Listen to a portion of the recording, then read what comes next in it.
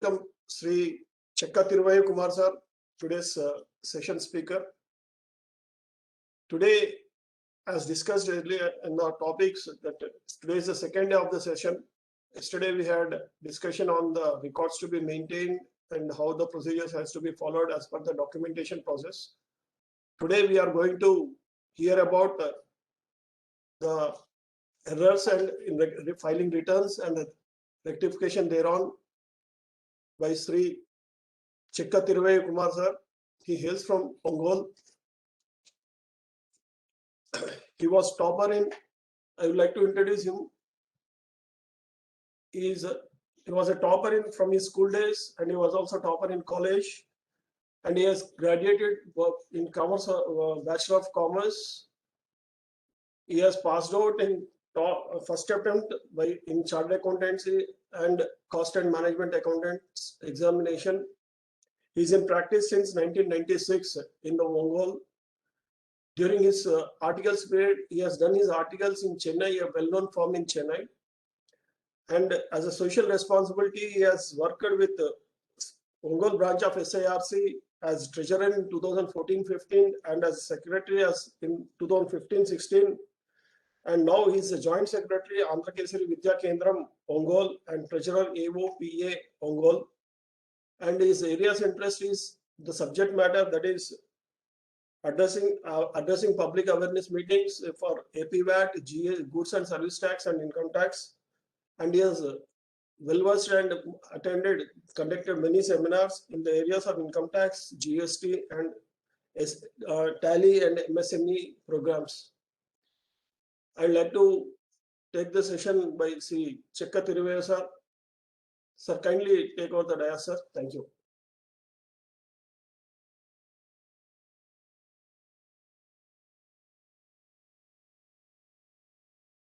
Sir, kindly unmute yourself, sir.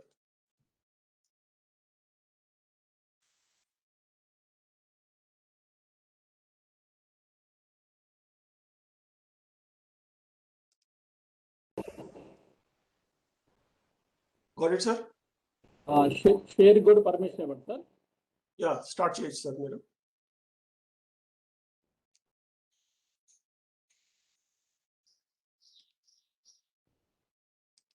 Good morning, everyone. Confederation of GST Professions and Industries, the Vizianagaram Chamber of Commerce and Industry, Telangana Tax Practitioners Association, Practitioners and Consultants Association, Managing Committee members, the members of those organizations, and the delegates of this seminar. Good morning, everyone.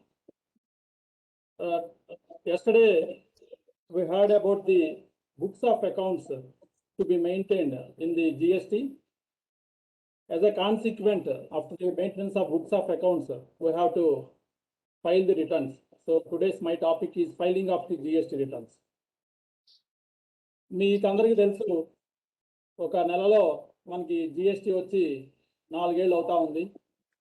కాబట్టి ఇప్పటి వరకు కూడా మనం అందరం కూడా వెల్వర్స్ అయి ఉన్నాం చాలా వరకు. ఇంతకు ముందు ఉన్నటువంటి మొదట్లో ఉన్నటువంటి ప్రాబ్లమ్స్ కానీ కన్ఫ్యూజన్స్ కానీ ఇప్పుడు చాలా వరకు కూడా తగ్గిపోయినాయి. సిస్టమ్స్ అన్నీ కూడా స్టెబిలైజ్ అయినాయి, రిటర్న్స్ అన్నీ కూడా స్టెబిలైజ్ అయిపోయినాయి. సో ఇప్పుడు మనకు ఉన్నటువంటి returns, main returns, monthly returns, అవి GSTR1, GSTR3B. సో ఈరోజు నా టాపిక్ ఈ రెండింటి మీదే ఉంటుంది, GSTR1 అండ్ GSTR3B.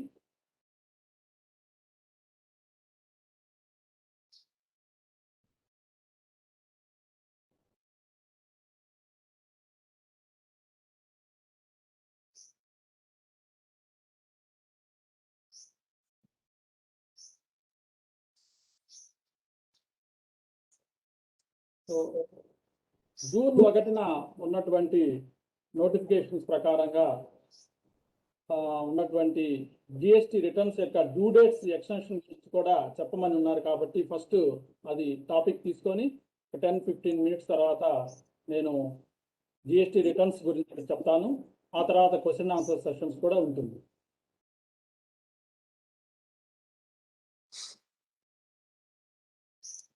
సో ఈ పాండమిక్ 2లో మనకి 28/5/2021 నాడు ప్రెస్ రిలీజ్ ప్రకారంగా కొన్ని రిలాక్సేషన్స్, కొన్ని అమ్నిస్టీ స్కీమ్స్ చేయడం జరిగింది. అదేవిధంగా ఆ ప్రెస్ నోట్కి అనుగుణంగా సంబంధించినటువంటి నోటిఫికేషన్స్ కూడా అన్నీ కూడా జూన్ 1వ తేదీ నాడే ఇవ్వడం జరిగింది. దీంట్లో ముఖ్యమైనది అమ్నెస్టీ స్కీము. అంటే ఇప్పుడు 2017 అంటే జిఎస్టీ వచ్చినప్పటి నుంచి ఏప్రిల్ 2021 వరకు ఎవరైతే రిటర్న్స్ ఫైల్ చేయకుండా ఉన్నారో, మధ్యలో ఏ పీరియడ్ కైనా ఫైల్ చేయకుండా ఉన్నారో వాళ్ళు ఇప్పుడు కనుక రిటర్న్స్ కనుక ఫైల్ చేసినట్లయితే ఈ లేట్ ఫీజు అనేది తక్కువ చేయడం జరిగింది. దాదాపు 5,000 దాకా ఉండేది, ఇప్పుడు మ్యాక్సిమం 500 రూపీస్ ఉంది for both CGST and SGST. Nil returns అయినట్లయితే, అదే ట్యాక్స్ కానీ ట్రాన్సాక్షన్స్ కానీ ఉన్నట్లయితే 1000 రూపాయలు లేట్ ఫీజు కట్టి ఒక నెలకి 1000 రూపాయల లెక్కన కట్టి మనం రిటర్న్స్ ఫైల్ చేయొచ్చు. అయితే ఎప్పుడు ఫైల్ చేయాలి రిటర్న్స్? 1/6 నుంచి 31/8 ఈ 3 నెలల కాలంలో పాత రిటర్న్స్ కనుక ఫైల్ చేసినట్లయితే మనకి ఈ యొక్క బెనిఫిట్ లభిస్తుంది. ఆల్రెడీ ఫైల్ చేసి లేట్ ఫీజు కట్టిన వాళ్ళకి రిఫండ్స్ ఏం రావు. ఫైల్ చేయని వాళ్ళు ఇప్పుడు కనుక ఫైల్ చేస్తే మాత్రమే బెనిఫిట్ ఉంటుంది వాళ్ళకి. సో ఫర్ ఎగ్జాంపుల్ 4 ఏళ్ళు అంటే దాదాపు 48 రిటర్న్స్, దాదాపు 45 రిటర్న్స్ పెండింగ్ ఉంటాయి. సో ఒక నెలకి 1000 రూపాయలు వేసుకున్నా కూడా 45,000 రూపాయలు లేట్ ఫీజు హైయెస్ట్గా కట్టాల్సి వస్తుంది. అదే నిల్ రిటర్న్ అయితే 22,500. అఫ్ కోర్స్ ఇప్పటి వరకు రిటర్న్స్ వేయకపోతే ఎప్పుడో జిఎస్టీ క్యాన్సిల్ చేసి ఉంటారు. ఒకవేళ చేయని వాళ్ళకి అవకాశం ఉంటే ఈ మధ్యలో ఒక 5-6 నెలలు లేదంటే ఒక 10 నెలలు రిటర్న్స్ వేయలేదు, జిఎస్టీ కూడా క్యాన్సిల్ కాలేదు, లేదా క్యాన్సిల్ అయినా కూడా రివోకేషన్ అయింది, అలాంటి వాళ్ళందరూ కూడా ఈ యొక్క అమ్నెస్టీ స్కీమ్ని ఉపయోగించుకోవచ్చు. 1కి అయితే ఏం లేదండి అమ్నెస్టీ స్కీమ్లో. జిఎస్ఆర్ 4 కూడా ఏం చెప్పలేదు, ఓన్లీ 3Bకి మాత్రమే చెప్పడం జరిగింది. ఓకే, ఇప్పుడు మనము నెక్స్ట్ ఉన్నటువంటిది లేట్ ఫీజు. ఈ 3Bకి R1కి సంబంధించినటువంటి లేట్ ఫీజులు మనం చూస్తాము. కేస్ 1, కేస్ ఏ. 3B కానీ R1 కానీ ఏం ట్రాన్సాక్షన్స్ లేవు, నిల్లు. ఎగ్జాంప్టెడ్ సేల్స్ కూడా ఉండకూడదు R1లో. 3Bలో ట్యాక్స్ లయబిలిటీ నిల్లు ఉండాలి. అలాంటి పక్షంలో మే నెల నుంచి కనుక వేసే పని అయితే టర్నోవర్ 1.5 crores ఉన్న వాళ్ళకి 500 rupees per return, above 1.5 to up to 5 crores వాళ్ళకి 500 rupees per return, above 500 crores వాళ్ళకి కూడా 500 rupees per return. Others 2,000 rupees per return. Tax liability ఉంటే అండి ఇది, లేదా ట్రాన్సాక్షన్స్ ఉంటాయి 5,000 rupees per return between 1.5 to 5 crores turn over in the previous year. Above 5 crores వాళ్ళకి 10,000 per return. ఏఏటిఓ అంటే aggregate annual turn over. So ఒక్కొక్కరికి ఒక రకమైనటువంటి లేట్ ఫీజులు. చెప్పండి. మీరు స్క్రీన్ షేర్ చేస్తున్నారు కానీ ఏం అవ్వబట్టం లేదు సార్. స్క్రీన్ షేరింగ్ అవ్వట్లేదా సార్? కనపడట్లేదు, అన్ని చుక్కలుగా వచ్చింది. ఇంత ముందు డిస్కస్ చేసింది, ఇప్పుడు ఓన్లీ మన మీ ఫైల్ ఫోల్డర్ మాత్రమే కనపడుతుంది.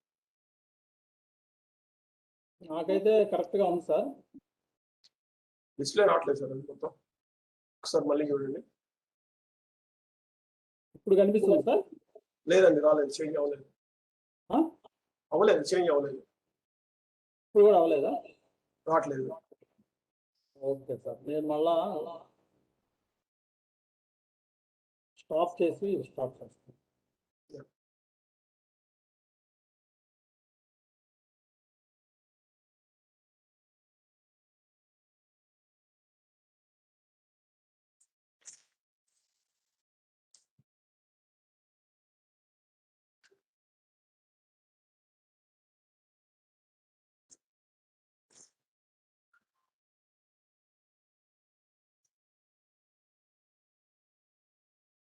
ఇప్పుడు వస్తుందా?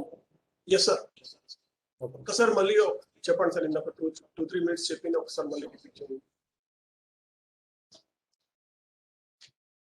లేట్ ఫీ అమ్నెస్టీ స్కీము, తర్వాత రిడక్షన్ ఇన్ అమ్నెస్టీ స్కీమ్ లో జూలై 2015 నుంచి ఏప్రిల్ 2021 వరకు కూడా రిటర్న్స్ ఫైల్ చేసుకోవచ్చు. ఈ 3 months పీరియడ్ లో ఫైల్ చేసుకున్నట్లయితే వాళ్ళకి ట్యాక్స్ లేని వాళ్ళకి 500 రూపాయలు, ట్యాక్స్ ఉన్న వాళ్ళకి 1000 రూపాయలు మ్యాక్సిమంగా ఇచ్చారు లేట్ ఫీజు. అంటే 50 రూపాయలు, 10 రూపాయలు, 20 రూపాయలు ఉంది కదా, అది కంటిన్యూ అవుతుంటుంది. మ్యాక్సిమం 500 రూపీస్కి క్యాప్ చేయడం జరిగింది. ప్రతిదానికి 500 అని కాదు, మ్యాక్సిమం 500. అది అమ్నెస్టీ స్కీమ్ ఇచ్చారు. సో ఎవరైతే రిటర్న్స్ పెండింగ్ ఉండి ఇంకా జిఎస్టీ క్యాన్సిల్ అవ్వకుండా ఉందో వాళ్ళందరూ కూడా ఆ యొక్క అవకాశాన్ని ఉపయోగించుకోవచ్చు. ఇక రెగ్యులర్ రిటర్న్స్ అండి, ప్రాస్పెక్టివ్ రిటర్న్స్ అంటే మే నుంచి వేసే రిటర్న్స్కి అప్ టు ట్యాక్స్ లైబిలిటీ కనుక లేకపోతే ఎవరికైనా కూడా 500 రూపాయలే. 1.5 crores కానీ, 1.5 to 5 crores కానీ, అబోవ్ 5 crores కానీ ట్యాక్స్ లైబిలిటీ కానీ, ఎగ్జంప్టెడ్ సేల్స్ కానీ లేని పక్షంలో ఒక్కొక్క రిటర్న్కి 500. అంటే 3Bకి 500, R1కి 500. అదర్ ట్యాక్స్ పేయర్స్ అంటే లైబిలిటీ ఉన్న వాళ్ళండి అప్ టు 1.5 crore వాళ్ళకి 2000 రూపీస్ పర్ రిటర్న్. ఇది క్యాప్ అండి, మ్యాక్సిమం క్యాప్. 50 రూపీస్, 20 రూపీస్ లెక్కన క్యాలిక్యులేట్ చేసుకుంటూ మ్యాక్సిమం క్యాప్ ఇది. 5000 rupees per return between 1.5 to 5 crores. Above 5 crores వాళ్ళకి 10,000 రూపీస్ పర్ రిటర్న్. GSTR 4 వాళ్ళకి కూడా మ్యాక్సిమం 500 రూపీస్ కంపోజిషన్ ట్యాక్స్ వాళ్ళకి, if tax liability is nil, otherwise 2000 rupees. These are applicable from May 2021 returns onwards. Late fee మనకు తెలిసిందే, late fee per day 50 rupees. So GSTR 7 వాళ్ళకన్నీ TDS return maximum 2000 rupees per return.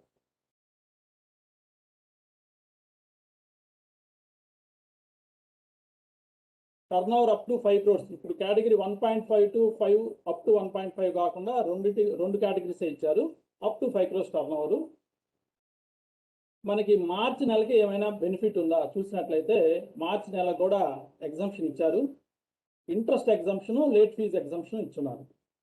ఇక్కడ మనం గమనించాల్సింది ఏంటంటే due డేట్ని extension చేయలేదు ఎక్కడా కూడా. డ్యూ డేట్ని ఎక్స్టెన్షన్ చేయకుండా డ్యూ డే లేట్గా వేస్తే వచ్చేటువంటి కాన్సిక్వెన్సెస్ మాత్రమే తగ్గించారు. ఒకటి ఇంట్రెస్ట్, ఒకటి లేట్ ఫీజు, ఒకటి రెండింటిని కూడా తగ్గించారు మార్చి నెలకి అప్ టు 5 crores వాళ్ళకి. సో ఫస్ట్ 15 days డిలేగా కనుక ఫైల్ చేస్తే, ట్యాక్స్ పే చేయాల్సి కనుక ఉన్నట్లయితే వాళ్ళకి ఇంట్రెస్ట్ ఏమీ లేదు. తర్వాత 45 days వరకు కూడా 9%, తర్వాత 45 days అంటే మొత్తం 60 days అవుతుంది. అప్పుడు 15 days వరకు ఇంట్రెస్ట్ లేదు, తర్వాత 45 daysకి 9% ఇంట్రెస్ట్. 60 days అయినా కూడా ఇతను రిటర్న్ వేయకపోయినట్లయితే ఆ తర్వాత వేసేటప్పుడు 18% కట్టాలి normal interest rate. So 15 + 45 60 days. 60 days తర్వాత కనుక రిటర్న్ కనుక ఫైల్ చేసే పని అయితే ఇంట్రెస్ట్ 18% లెక్కన కట్టాలి. సో లేట్ ఫీజు కూడా మొదటి 60 daysకి లేట్ ఫీజు కూడా వేవర్ ఇచ్చారు. ఆ తర్వాత నార్మల్గా లేట్ ఫీజు వర్తిస్తుంది, సబ్జెక్ట్ టు మ్యాక్సిమం క్యాప్. ఇది మార్చి నెలకి up to 5 crores turn over వాళ్ళకండి. సో ఈ ఇంట్రెస్ట్ను కూడా 3 స్లాబ్స్లో ఇచ్చారు. అప్ టు 15 days నిల్లు, 15 days to 16 days to 60 రోజులు, 16 రోజుల నుంచి 60 రోజుల వరకు 9%, 60 రోజులు దాటితే 18%. సో ఏప్రిల్ నెల ఇదే కేటగిరీ అయినటువంటి చిన్న డీలర్స్కి ఏప్రిల్ నెల కనుక చూసుకున్నట్లయితే,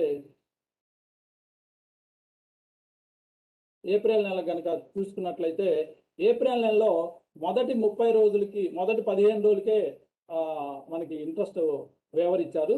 ఆ తర్వాత 30 రోజుల వరకు మాత్రమే 9% కన్సెషన్ ఇంట్రెస్ట్ రేట్ ఇచ్చారు. మీరు కనుక చూసుకున్నట్లయితే మార్చిలో 45 days వరకు కూడా 60 days వరకు కూడా 9%, ఇప్పుడైతే 45 days వరకే 9%. అంటే 45 daysలో మొదటి 15 daysకి వడ్డీ లేదు, తర్వాత 30 రోజులకి 9%, 45 రోజుల తర్వాత మనం నార్మల్ ఇంట్రెస్ట్ రేటు కట్టాలి. అదే లేట్ ఫీజు కూడా 45 రోజుల వరకు నిల్లు, ఆ తర్వాత రెగ్యులర్ లేట్ ఫీజు కట్టుకోవాలి. మే వచ్చేటప్పటికి మనకి మొదటి 15 daysకి ఇంట్రెస్ట్ లేదు, ఆ తర్వాత గ్యాప్ని 15 days చేశారు. ఆ తర్వాత రెండో స్లాబ్లో 15 days 9%, ఆ తర్వాత 30 days మొత్తం కనుక కలిపి 30 days దాటిన తర్వాత అయినట్లయితే మనకి 18% నార్మల్ ఇంట్రెస్ట్ రేటు కట్టాల్సి వస్తుంది. అంటే మార్చి, ఏప్రిల్, మే 3 నెలలు కూడా మనకు కొంచెం వేవర్ ఇచ్చారండి. మార్చిలో మొదటి 15 daysకి ఇంట్రెస్ట్ నిల్లు, ఆ తర్వాత 45 daysకి 9%. ఏప్రిల్లో మొదటి 15 daysకి నిల్లు, ఆ తర్వాత 30 daysకి కన్సెషన్లో ఇంట్రెస్ట్ రేట్ 9%. మేలో మొదటి 15 daysకి ఇంట్రెస్ట్ నిల్లు, ఆ తర్వాత 15 daysకి 9% కన్సెషన్ ఇంట్రెస్ట్, ఆ తర్వాత నార్మల్ ఇంట్రెస్ట్ రేటు పే చేయాలి. ట్యాక్స్ లైబిలిటీ ఉంటేనండి, ట్యాక్స్ లైబిలిటీ లేకపోతే ఇంట్రెస్ట్ అసలు రాదు మనకు. సో లేట్ ఫీజు కూడా ఫస్ట్ 30 డేస్ వరకు కూడా, మేలో ఫస్ట్ 30 డేస్ కూడా లేదు. సో ఒక ప్యాటర్న్, ఒక పద్ధతి ప్రకారం ఇంట్రెస్ట్ లేట్ ఫీజు వేవర్లు ఇచ్చారు. 3 నెలలకు కూడా ఒకే రకమైనటువంటి వేవర్స్ ఇవ్వలేదు. మొదటి మార్చికి ఎక్కువ ఇచ్చారు, ఏప్రిల్కి దానికన్నా కొంచెం తక్కువ ఇచ్చారు, మేకి దానికన్నా ఇంకా తక్కువ ఇచ్చారు. సో ఈ పాండమిక్ కంటిన్యూ అయితే బహుశా మళ్ళా ఇంకొక నోటిఫికేషన్ ద్వారానో, ఇంకొక కౌన్సిల్ మీటింగ్ ద్వారానో మళ్ళీ జూన్, జూలై, ఆగస్టు ఏం చేస్తారో తర్వాత.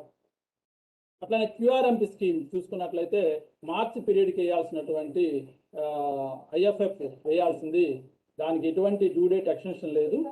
ఏప్రిల్ కనుక చూసుకున్నట్లయితే 15 డేస్ ఎక్స్టెన్షన్ ఇచ్చారు, మేకి కూడా 15 డేస్ ఎక్స్టెన్షన్ ఇచ్చారు ఐఎఫ్ఎఫ్.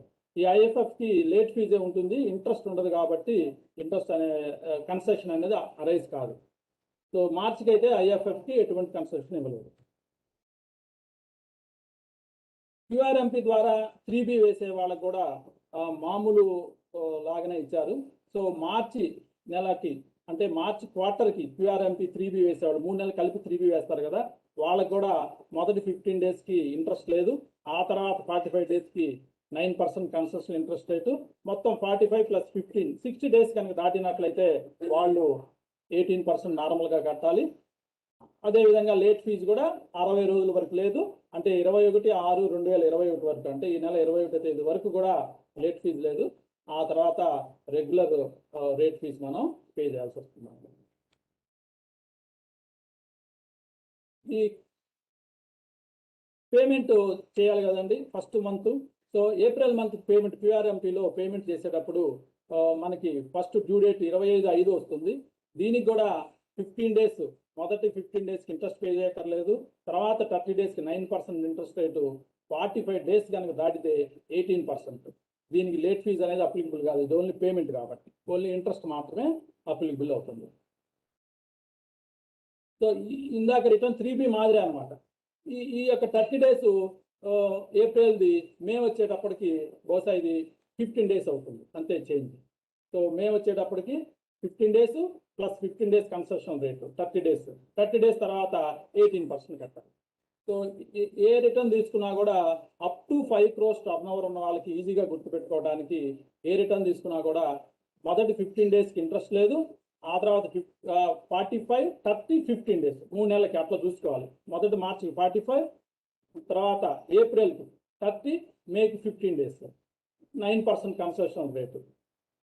తర్వాత లేట్ ఫీజు వచ్చేటప్పటికి మొదట 60 రోజులకి ఏప్రిల్ నెలకి లేదు, ఆ తర్వాత 45 రోజులకి, ఆ తర్వాత 30 రోజులకి, అట్లా 15 రోజులు తగ్గించుకుంటూ వచ్చారు. బహుశా ఈ పాండమిక్లో 14 డేస్ క్వారంటైన్ ఉంది కాబట్టి వీళ్ళు కూడా అట్లా ఒక డే యాడ్ చేసి 15 డేస్ పెట్టినట్టుగా ఉన్నారు.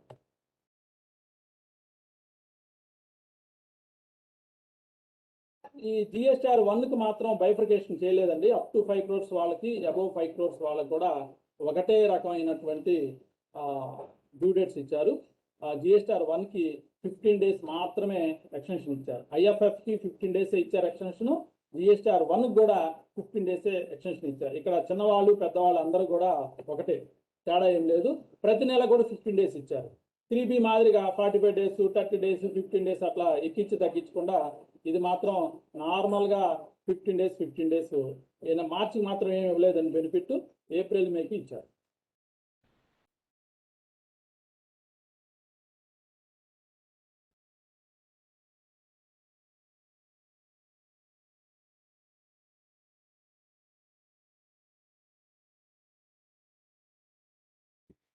ఇప్పుడు మనము అబోవ్ 5 crores చూద్దామండి.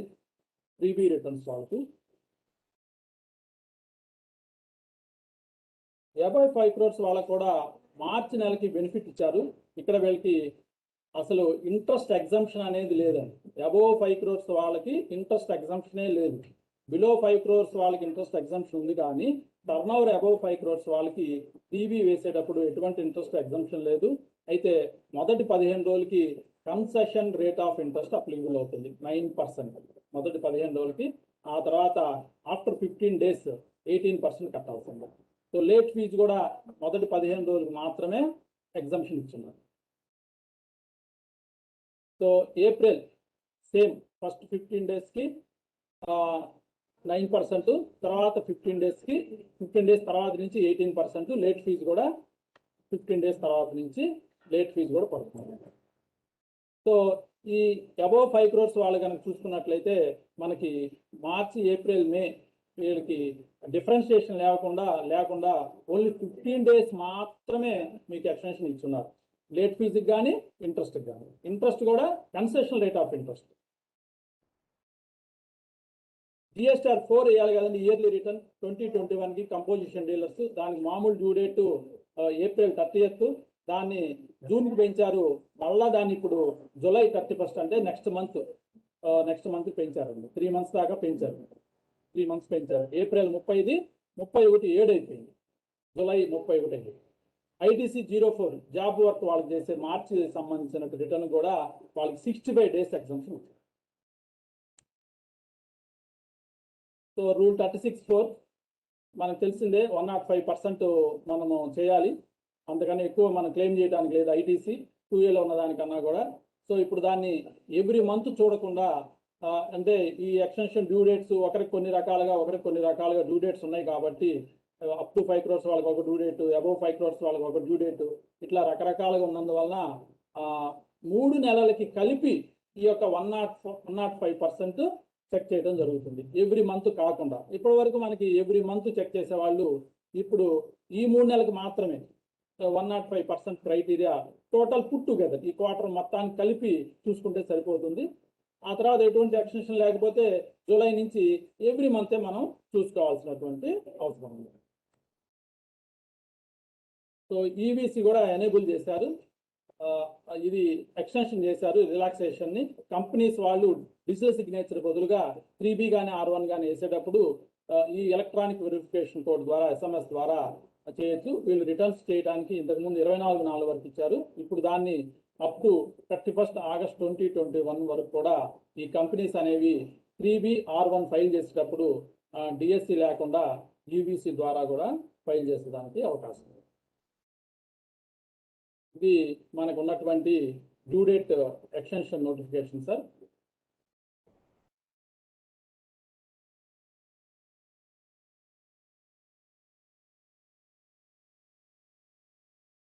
ఇప్పుడు మనం common errors, so returns file చేసేటప్పుడు ఉన్నటువంటి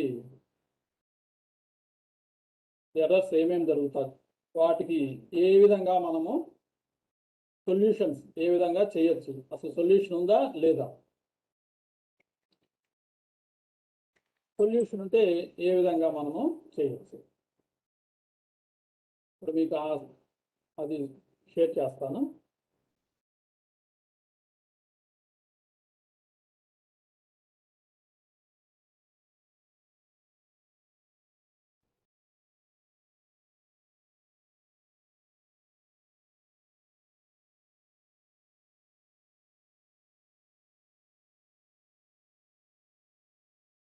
ఇది అందరికి కనిపిస్తుంది కదండి పీపీటీ? కనబడుతుంది సార్. ఇప్పుడు సుమారుగా మనకి ఒక నెలలో 4 ఏళ్ళు నిండుతుంది మనకి జిఎస్టీ వచ్చి. 2017 జూలై 1 నుంచి వచ్చిన జిఎస్టీ అనేక రకాలైన మార్పులు, రూపాంతరాలు అన్ని చెందుతూ ఇప్పుడు మనకి 1, 3Bలో స్థిరపడ్డాము. 2, 3 అనేవి ఆల్మోస్ట్ క్యాన్సిల్ అయిపోయినాయి. సో 1, 3B మాత్రమే ఉన్నాయి. ఈ యొక్క ప్రజెంటేషన్లో పొరపాట్లు అసలు ఎందుకు వస్తున్నాయి, పొరపాట్లు లేకుండా ఏం చేయాలి, వేసేటప్పుడే పొరపాట్లు లేకుండా ఏం చేయాలి, ఒకవేళ పొరపాట్లు కనుక వేసినట్లయితే వాటిని సరి చేసుకునే అవకాశం చట్టం ఏమైనా ఇచ్చిందా, చట్టం ఇచ్చినా కూడా పోర్టల్ ఇచ్చిందా ఇవ్వలేదా, ఒకవేళ అవకాశం ఇవ్వకపోతే వాటిని ఏ విధంగా మనము సరి చేసుకోవచ్చు, లేదంటే పూర్తిగా వదిలేసేయాలి అసలు అనేటువంటివి కొన్ని రకాల ఎగ్జాంపుల్స్ తీసుకొని ఈ పీపీటీలో చేయడం జరుగుతుంది. ఈ రిటర్న్స్ అనేవి ఏంటి అని కనుక మనం చూసినట్లయితే, ఈ రిటర్న్స్ అనేవి it's a method of communicating. మనం గవర్నమెంట్ తోటి సంభాషించుతాం అన్నమాట. నా సేల్స్ ఎంత ఉంది, నా పర్చేజ్ ఎంత ఉంది, నా లైబిలిటీ ఎంత ఉంది అనేటువంటి ఒక ఇన్ఫర్మేషన్ మనం ఇస్తాం రిటర్న్ ద్వారా. గవర్నమెంట్కి మన యొక్క బిజినెస్ ట్రాన్సాక్షన్స్ యొక్క ఇన్ఫర్మేషన్ని మనం ఇస్తాం. అయితే ఈ ఇన్ఫర్మేషన్ని గవర్నమెంట్ ఒక్కొక్కరి దగ్గర నుంచి ఒక్కొక్క రకంగా, ఒకరి దగ్గర నుంచి వేరు రూపాల్లో తీసుకోవడం జరుగుతూ ఉంది. మనం ఇంతకుముందు చూస్తుంటాము వ్యాట్లో కానీ లేదా మనకు తెలిసిన ఇన్కమ్ ట్యాక్స్లో కానీ అనేక రకాల ఫామ్స్ ఉన్నాయి మనకి. అట్లానే ఇక్కడ కూడా ఒకే ఫామ్ కాకుండా అనేక రకాల ఫామ్స్ ద్వారా ఒక్కొక్క ఫామ్లో ఒక్కొక్క డేటాని తీసుకోవడం జరుగుతూ ఉంది. అంత డేటాని ఒకే ఫామ్లో క్యాప్చర్ చేయడం కష్టం కాబట్టి రకరకాల డేటాలు రకరకాల ఫార్మెట్లు పెట్టారు. సో ఇందులో మనం R1 3B గురించి మాత్రమే ఎక్స్క్లూజివ్గా డిస్కస్ చేయడం జరుగుతుంది. సో ఫస్ట్ R1 చూద్దాం. R1 మీ అందరికి తెలిసిందే, ఇది అవుట్వార్డ్ సప్లైస్, RCM సప్లైస్, ఈ రెండింటిని కూడా మనము రిపోర్ట్ చేయడానికి మనం ఉపయోగించుకుంటూ ఉంటాము. సో R1 ఎందుకు వేయాలంటే సెక్షన్ 37(1) ప్రకారంగా R1 వేయాలి. సరే R1 వేస్తే మనం ఏమైనా రెక్టిఫికేషన్ చేసుకునే హక్కు కూడా ఉందా అంటే సెక్షన్ 37 సబ్సెక్షన్ 3 ఆ యొక్క హక్కును కూడా కల్పించింది. It allows rectification of errors. Error అనే పదాన్ని యూజ్ చేసి you can rectify a dealer, A registered person can rectify the return filed under section 37(1) అని చెప్పి చట్టం మనకి హక్కు కూడా ఇచ్చింది. అయితే ఎప్పటి వరకు ఈ యొక్క రెక్టిఫికేషన్స్ చేసుకుంటూ పోవచ్చు? అన్లిమిటెడ్ రెక్టిఫికేషన్స్ చేయొచ్చా? ఎప్పటి వరకు చేయొచ్చు? దీనికి టైం లిమిట్ ఏమైనా ఉందా అని కనుక చూసినట్లయితే టైం లిమిట్ ఉందండి. ఎప్పుడంటే అప్పుడు చేయడానికి లేదు. మ్యాక్సిమం ఎప్పుడు చేయగలమంటే ఈ యొక్క rectifications next year September month return file చేసే లోపు కానీ లేదా యాన్యువల్ రిటర్న్ ఫైల్ చేసే లోపు కానీ, ఈ రెండిట్లో ఏది ముందైతే దాని లోపు వరకు మాత్రమే మనము ఈ యొక్క రెక్టిఫికేషన్ చేయొచ్చు. ఆ తర్వాత మనం రెక్టిఫికేషన్ చేయడానికి వీలు లేదు. ఫర్ ఎగ్జాంపుల్ ఏప్రిల్ 2020లో కనుక వేసిన రిటర్న్కి ఏదైనా తప్పు కనుక మీరు కనిపించినట్లయితే ఏప్రిల్ 2020 కాబట్టి 2021 సెప్టెంబర్ లోపు దాన్ని మనం రెక్టిఫై చేసుకోవచ్చు. అయితే ఇక్కడ మీరు గమనించాల్సింది ఏంటంటే రెక్టిఫై అనే పదం వాడుతున్నారు కానీ ఇక్కడ రివైజ్డ్ అనే పదం లేదు. కాబట్టి మనకి రివైజ్డ్ రిటర్న్ అనేటువంటి ఆప్షను ఎక్కడా కూడా లేదు. అసలు ఎందుకు జరగాలి పొరపాట్లు? ఎందుకు జరగాలంటే నిన్న కూడా సార్ చెప్పినట్టుగా రాజేష్ గారు, to er is a human, మనుషులు అన్న తర్వాత తప్పులు జరుగుతూ ఉంటాయి. కాబట్టి డేటా ఎంట్రీ ఎర్రర్స్ ఉండొచ్చు. మోర్ నంబర్ ఆఫ్ టేబుల్స్, దానివల్ల కూడా ఎర్రర్స్ వస్తున్నాయి. ఒక టేబుల్ కాదు, చాలా టేబుల్స్ ఉన్నాయి, దాని ద్వారా ఎర్రర్స్ వస్తున్నాయి. టేబుల్ హెడ్డింగ్స్ చాలా పెద్దగా ఉన్నాయండి. అవి కొంతమందికి ఆన్లైన్లో కనిపిస్తాయి, కొంతమందికి ఆన్లైన్లో కనిపించవు. ఆ హెడ్డింగ్స్ కూడా కన్ఫ్యూజన్గా ఉన్నాయి, అందువల్ల కూడా ఎర్రర్స్ జరుగుతూ ఉన్నాయి.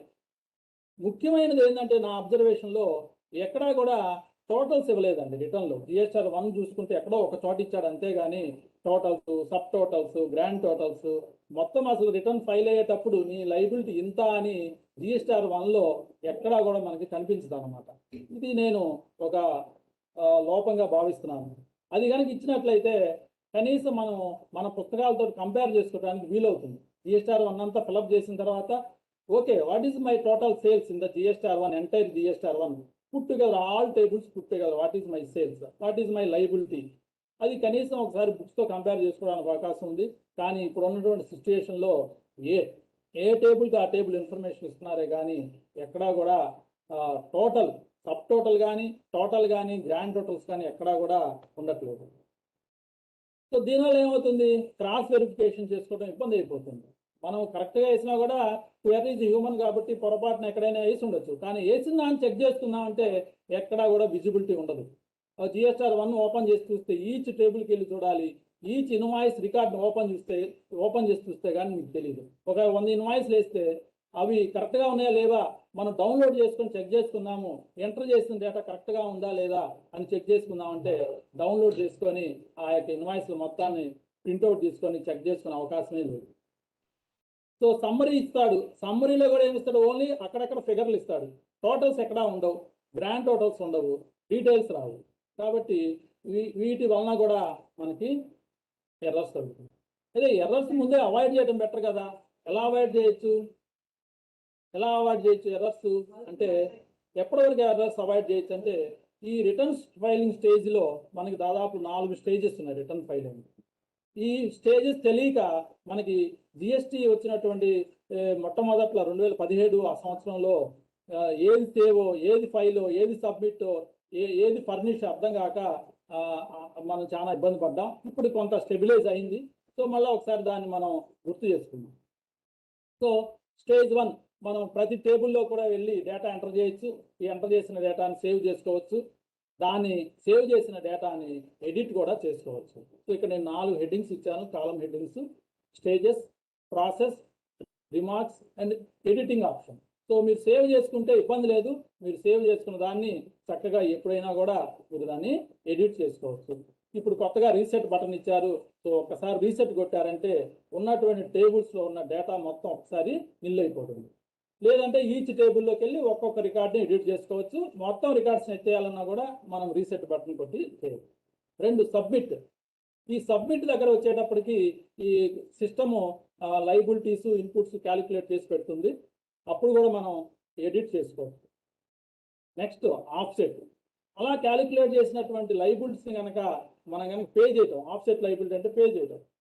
ఒకసారి కనుక పే చేసామంటే ఇక editing of data is not possible. ఒక్కసారి ట్యాక్స్ పే చేసామంటే editing of data not possible. Stage 4, filing return. Return file అయిన తర్వాత అసలు పాసిబిలిటీ లేదు. సో ట్యాక్స్ పే చేసే నాటికే ఇక్కడ రిటర్న్ ఫైలింగ్, ఎడిటింగ్ లేదు. ఇక రిటర్న్ ఫైల్ అయిన తర్వాత ఇక ఎడిటింగ్ అవకాశమే లేదు. కాబట్టి మనము మొదటి 2 స్టేజీల్లోనే చెక్ చేసుకోవాలి: సేవ్, సబ్మిట్. ఆఫ్సెట్ లైబిలిటీకి ముందే మనం ఏదైనా మిస్టేక్స్ ఉన్నాయా లేవా అని మనం చెక్ చేసుకొని ఆ తర్వాత మిస్టేక్స్ లేవని తెలుసుకున్న తర్వాతనే మనం ముందుకెళ్ళాలి.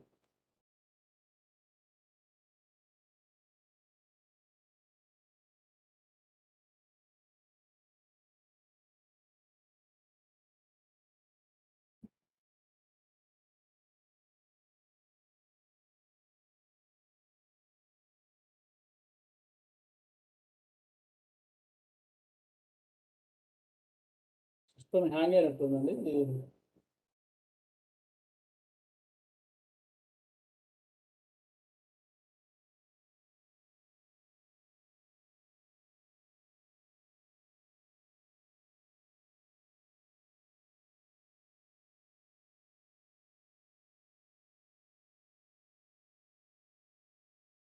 సో మొదటి 2 స్టేజీల్లోనే మనము ఎడిట్ చేసుకోగలం. తర్వాత మనం ఎడిట్ చేసుకోగలం. అదే ఒకసారి గ్లాన్స్ చూద్దాం. GSTR 1లో డేటా ఏది ఎడిట్ చేయొచ్చు, ఏది ఎడిట్ చేయకూడదు. మనకు తెలుసు B2B సేల్స్ అనేవి మనం టేబుల్ నెంబర్ 4లో వేస్తాము. దీన్ని మనం అమెండ్మెంట్ చేసుకోవచ్చా? ఎడిట్ అనే పదం బదులుగా అమెండ్మెంట్ అనే పదం వాడుతున్నారు టెక్నికల్గా. సో అమెండ్మెంట్ చేసుకోవచ్చా? Yes, it can be amended. Table 9 ద్వారా మనం అమెండ్ చేసుకోవచ్చు టేబుల్ 4ని. Table 5 B2C large interstate amend చేసుకోవచ్చా? ఎస్, అమెండ్ చేసుకోవచ్చు. ఎక్స్పోర్ట్స్ టేబుల్ నెంబర్ 6 దీన్ని అమెండ్ చేసుకోవచ్చా? Yes, it can be amended using the table 9. ఈ 4, 5, 6 అనేవి మాత్రమే GSTR 1లో ఇన్వాయిస్ లెవెల్ డేటా అడుగుతుందండి. మిగతా అన్ని కూడా సమ్మరీ అడుగుతుంది. సో 4, 5, 6 టేబుల్స్లోనే ఇన్వాయిస్ వైజ్ డేటా ఇవ్వాలి. కాబట్టి ఈ మూడింటికి కలిపి ఒకే టేబుల్లో మనకి అమెండ్మెంట్ చేయడానికి అవకాశం ఇచ్చారు. 4, 5, 6 తర్వాత 7వ టేబుల్ B2C స్మాల్ అండి. ఇది అమెండ్మెంట్ చేయొచ్చా? ఎస్, టేబుల్ 10 ద్వారా అమెండ్మెంట్ చేయొచ్చు. ఎగ్జామ్టెడ్ సేల్స్ 8లో ఇస్తాం. టేబుల్ నెంబర్ 8లో ఇది అమెండ్మెంట్ చేయొచ్చా అంటే చేయలేము, అమెండ్మెంట్ చేయలేము. ఎక్కడా కూడా ఎగ్జామ్టెడ్ సేల్స్కి అమెండ్మెంట్ ఇవ్వాలి. బహుశా మా ఉపయోగం ఏముందిలే, ఎగ్జామ్టెడ్ ఎంత ఇస్తే ఏంలో అనుకున్నారో ఏమో, కానీ ఎగ్జామ్టెడ్ సేల్స్ కూడా ఇచ్చి ఉండాల్సింది అమెండ్మెంట్. ఎగ్జామ్టెడ్ సేల్స్కి ఇవ్వాలి. ఇది ప్రాబ్లం ఎప్పుడు వస్తుందంటే income tax returns, GST returns compare చేసుకున్నప్పుడు ప్రాబ్లం రావడానికి అవకాశం ఉంది. కాబట్టి ఎగ్జామ్టెడ్ సేల్స్ కూడా అమెండ్మెంట్ ఇస్తే బాగుంటుంది. Advances received table number 11. ఈ టేబుల్ నెంబర్ 11లోనే అమెండ్మెంట్స్ కూడా ఇచ్చారు. సో టేబుల్ 11 ఇట్ సెల్ఫ్లోనే మనం ఒరిజినల్ వేయచ్చు. ఈ నెల పాత నెలలకు సంబంధించిన అమెండ్మెంట్ కూడా టేబుల్ 11లోనే చేసుకోవాలి. HSN summary table number 12 amendment లేదు. డాక్యుమెంట్స్ టేబుల్ నెంబర్ 13 అమెండ్మెంట్ లేదు. సో మీరు కనుక చూసినట్లయితే ఎక్కడైతే ట్యాక్స్ గవర్నమెంట్కి వస్తుందో లేదా ట్యాక్స్ మనం ఎక్కడైతే కట్టాలో వాటికి మాత్రం అమెండ్మెంట్స్ ఇచ్చారు. ట్యాక్స్ ఇంప్లికేషన్స్ లేనటువంటి tables table number 8, table number 12, table number 13 వీటికి మాత్రం అమెండ్మెంట్స్ ఇవ్వలేదు. ఎందుకు మరి కష్టం అవుతుంది GSTR 1 వేయటం? ఎందుకు తప్పులు జరుగుతున్నాయి? 4 ఏళ్ళు అయినా కూడా మనకు ఎందుకు మిస్టేక్స్ వస్తూ ఉన్నాయంటే ఆ ఫార్మేట్స్ యొక్క డిజైనింగ్లో ఆ విధంగా ఉన్నాయి, కాంప్లికేటెడ్గా డిజైన్ ఉన్నాయి. అవుట్వర్డ్ సప్లైస్ మీరు కనుక చూసినట్లయితే 23 రకాలుగా డివైడ్ చేయాలి అవుట్వర్డ్ సప్లైస్. ఒక ఆల్ ఇండియా డీలర్ కనుక ఎవరైనా ఉన్నట్లయితే రిజిస్టర్ పర్సన్ అనేక రకాల ఎక్స్పోర్ట్స్, ట్యాక్సిబుల్ సేల్స్, ఎగ్జామ్టెడ్ ఇట్లా కనుక ఉన్నట్లయితే జీరో రేటెడ్ అన్ని రకాలు చూసినట్లయితే as per GSTR 1 PDF format కనుక మీరు డౌన్లోడ్ కనుక చూసినట్లయితే ఆ యొక్క సప్లైస్ని, అవుట్వార్డ్ సప్లైస్ని మనం 23 రకాలుగా డివైడ్ చేయాలి. సో ఇది మనిషి కనుక చేసినట్లయితే ఖచ్చితంగా ఎక్కడో చోట ఎర్రర్ రావడానికి అవకాశం ఉంది. అన్ని రకాలుగా డివైడ్ చేయాలి. ఇది చాలదన్నట్టు మనకి మీరు ఫామ్స్ కనుక చూసుకున్నట్లయితే 10 టేబుల్స్ ఉంటాయండి. పీడిఎఫ్ ఫామ్ కనుక చూసినట్లయితే ఆన్లైన్లోకి వెళ్ళి రిటర్న్ ఫైల్ చేద్దామంటే 10 టేబుల్స్ కాస్త 19 టేబుల్స్ అయిపోయింది. So more number of tables leads to more confusion. So simplification దీంట్లో ఎంతైనా అవసరం. సో ప్రజెంట్ అయితే మాత్రం ఈ 2 కారణాల వలన మనకి ఎక్కువగా వస్తుంది. సో ఒకసారి మనం కనుక అనలైజ్ చేసుకుంటే ఎట్లాంటి ఎర్రర్స్ మనకు జరుగుతాయి, ఎలాంటి మనకి అకౌంట్స్లో బీఆర్ఎస్ వేస్తాం, బ్యాంక్ రికన్సిలేషన్ స్టేట్మెంట్ లాగా, అట్లా ఎలాంటి ఎర్రర్స్ ఉంటాయి, అందులో 2 ఉంటాయి ఎర్రర్స్. ఇక్కడ మనకి 6 రకాల ఎర్రర్స్ మనం చూడొచ్చు. ఏం ఎర్రర్స్ ఉండొచ్చు? Data entered in wrong table. So ఇన్ని టేబుల్స్ అయ్యేటప్పటికి ఒక టేబుల్లో ఎంటర్ చేయాల్సిన డేటాని ఇంకొక టేబుల్లో ఎంటర్ చేయొచ్చు. ఒకే టేబుల్లో ఒక సబ్ టేబుల్ ఎంటర్ చేయాల్సిన డేటాని ఇంకొక సబ్ టేబుల్లో ఎంటర్ చేయొచ్చు. లేదా ఒక టైల్లో ఎంటర్ చేయాల్సిన డేటాని ఇంకొక టైల్లో, 19 టైల్స్ ఉన్నాయి, ఏదో ఒక టైల్లో ఎంటర్ చేశారు. Data entered in correct table but field value is wrongly అంటారు. సో మనం అంతా డేటా కరెక్ట్గానే ఎంటర్ చేసాము, బట్ అక్కడ వేసేటప్పుడు 100 రూపీస్ బదులు 10 రూపీస్ వేసాము. ఇన్వాయిస్ నంబర్ 1 బదులు 10 వేసాము. డేటు 10వ తేదీ బదులు 20వ తేదీ వేసాము. ఇట్లా అదే రోలో వేసాము, అదే టేబుల్లో వేసాము, కానీ ఆ యొక్క ఫీల్డ్లో ఉన్నటువంటి వాల్యూ మనం తేడాగా వేసాం. ఇది 2వ రకమైనటువంటి ఎర్రర్ జరగడానికి ఆస్కారం. 3వ రకమైనటువంటి error, data is not at all enter missed. అంటే ఒక ఇన్వాయిస్ బుక్కే మిస్ చేస్తారనమాట కొన్ని సందర్భాలు వేసేటప్పుడు. లేదా ఈ ఇన్వాయిస్ అయిపోతుంది, ఇన్వాయిస్ బుక్ ఈ నెలతో అయిపోతుంది, లాస్ట్లో ఇంకొక ఇన్వాయిస్ కొత్త బుక్లో రాసి ఉంటాడు, ఆ ఇన్వాయిస్ ఎక్కడో ఉంటుంది, ఆ బుక్ ఇంతవరకే వేస్తుంటారు అనమాట. ఆ ఎక్స్ట్రా ఉంచినటువంటి మొదటి ఇన్వాయిస్, కొత్త ఇన్వాయిస్ బుక్లో ఉన్నట్టు మొదటి ఇన్వాయిస్ ఇక్కడ వేయటం మర్చిపోతారు. సో అసలు డేటా ఎంటర్ చేయాల్సిన డేటానే ఎంటర్ అవ్వదు. ఇది రకమైన మిస్టేక్. అయితే ఇంకో రకమైన మిస్టేక్, ఒకదానే 2 సార్లు ఎంటర్ చేయదు.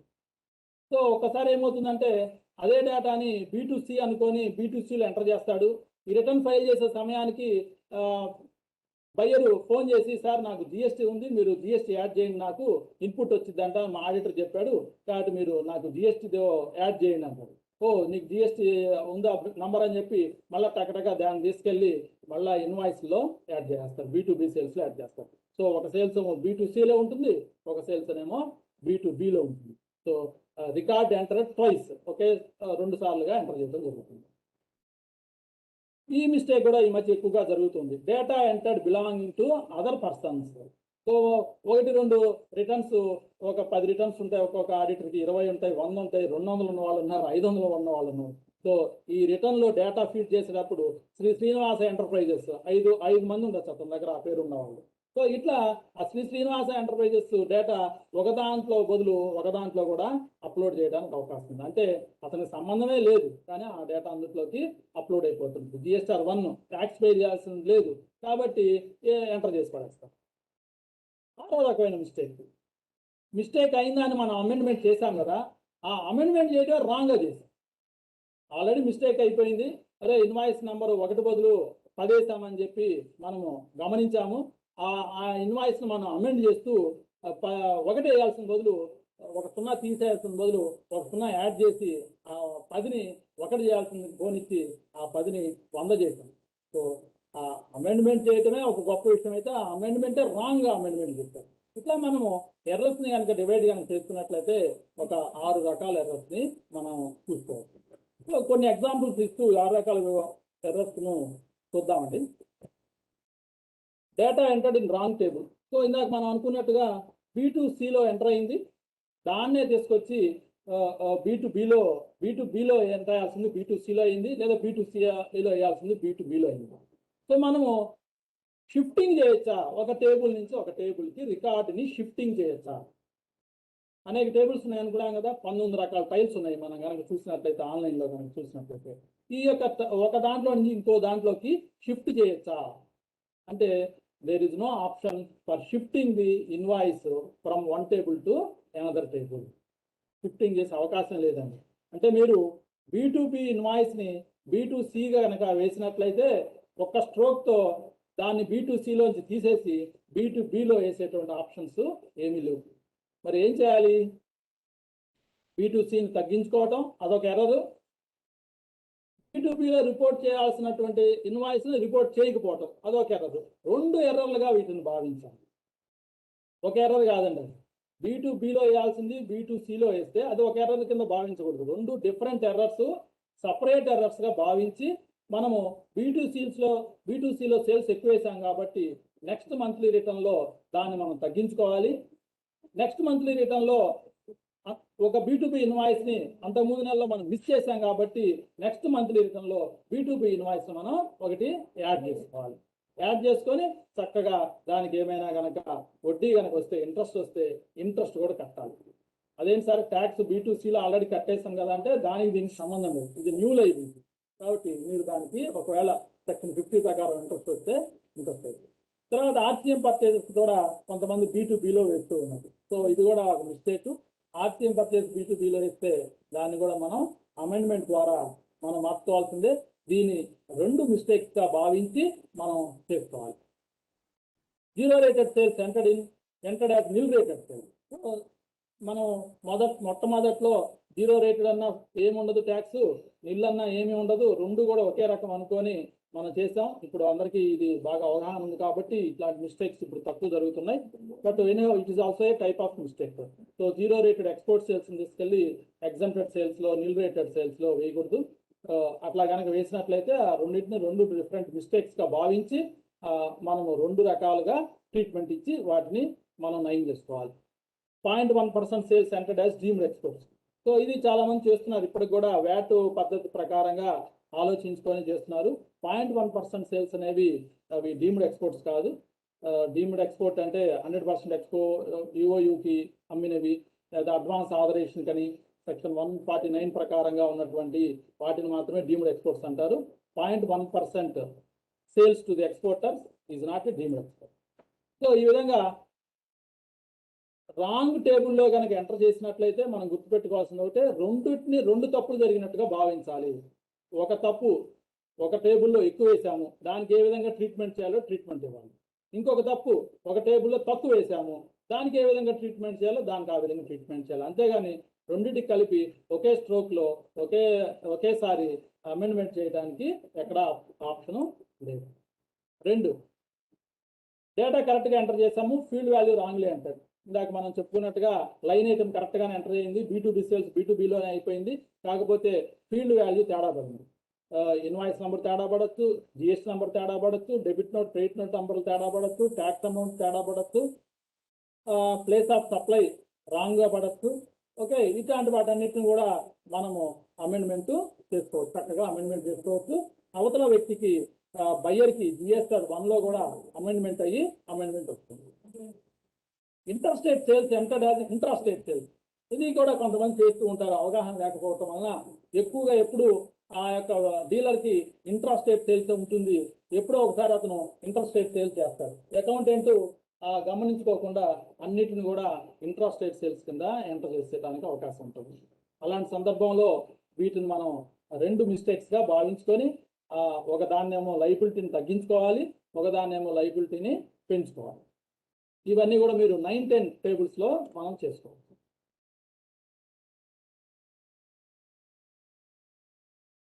Data enter twice. సో దీన్ని కూడా మనం రెండు మిస్టేక్స్గా ఒక మిస్టేక్గా భావించుకోవాలి. సో ఎక్స్ట్రా అయినటువంటి డేటాని ఒక ఇన్వాయిస్ని ఫర్ ఎగ్జాంపుల్ 2 సార్లు ఎంటర్ చేస్తాడు ఇన్వాయిస్ని. సార్ ఇన్వాయిస్ 2 సార్లు ఎట్లా అవుతుంది సార్, సేమ్ నెంబర్ వేస్తే అది రిజెక్ట్ చేస్తుంది కదా అని మీరు అనుకోవచ్చు. కానీ అతను వేసేటువంటి తొందరలో ఎర్రర్ వస్తుందంటే పక్కన సున్నాను ఇంకో ముందు సున్నాను పెట్టేసి ఎంటర్ చేసి అప్లోడ్ చేస్తుంటారు. అలాంటి సందర్భంలో ఒకే ఇన్వాయిస్ 2 సార్లు ఎంటర్ అవుతుంది. అలాంటి సందర్భంలో మనము ఆ ఇన్వాయిస్ని డిలీట్ చేయాలి. ఎలా డిలీట్ చేయాలి? ఇన్వాయిస్ని ఎలా డిలీట్ చేయాలి? ఇన్వాయిస్ డిలీట్ చేసే ఆప్షన్ లేదండి. సో మనం ఏం చేయాలంటే క్రెడిట్ నోట్ ఇష్యూ చేయడం, అంతకు తప్పితే ఆ డీలర్కి ఇన్వాయిస్ని మనము డిలీట్ చేసే అవకాశం, పూర్తిగా డిలీట్ చేసే అవకాశం లేదు. లేదా దాన్ని ఇంకా ఏదో నామినల్ అమౌంట్కి అమెండ్మెంట్ చేయడం, 10 రూపీస్కో 1 రూపీస్కో అమెండ్మెంట్ చేయడం తప్ప ఇన్వాయిస్ని ఆల్ టుగెదర్ డిలీట్ చేసేటువంటి ఆప్షను మనకి లేదు. So data entered belonging to other dealers. So మన పక్క డీలర్కి అదే పేరుతో ఉన్నటువంటి డీలర్ మన దగ్గర ఇద్దరు కనుక కస్టమర్లు ఉన్నట్లయితే, పొరపాటున ఒక దాంట్లో బదులు ఒక దాంట్లో కనుక పడ్డట్లయితే దీన్ని కూడా సేమ్ ఆ క్రెడిట్ నోట్ ఇచ్చన్నా చేసుకోవాలి. మళ్ళీ మనం ఆ ఎక్స్ట్రా వేసినటువంటి ఇన్వాయిస్ని లేదా క్రెడిట్ సేల్స్ రిటర్న్ అన్న రాసుకొని క్రెడిట్ నోట్ అన్న రాసుకోవాలి. అంతేగాని డైరెక్ట్ సొల్యూషన్ ఏమీ దీనికి లేదు. Data amended but wrongly. So 10వ నంబర్ ఇన్వాయిస్ 10వ నంబర్గా వేసాము, 1వ నంబర్ ఇన్వాయిస్ని 10గా వేసాము, కనుక్కున్నాము, దాన్ని కనుక్కొని 1గా మార్చాలనుకున్నాము, 1గా మార్చకుండా దాన్ని 100గా మార్చేస్తాం.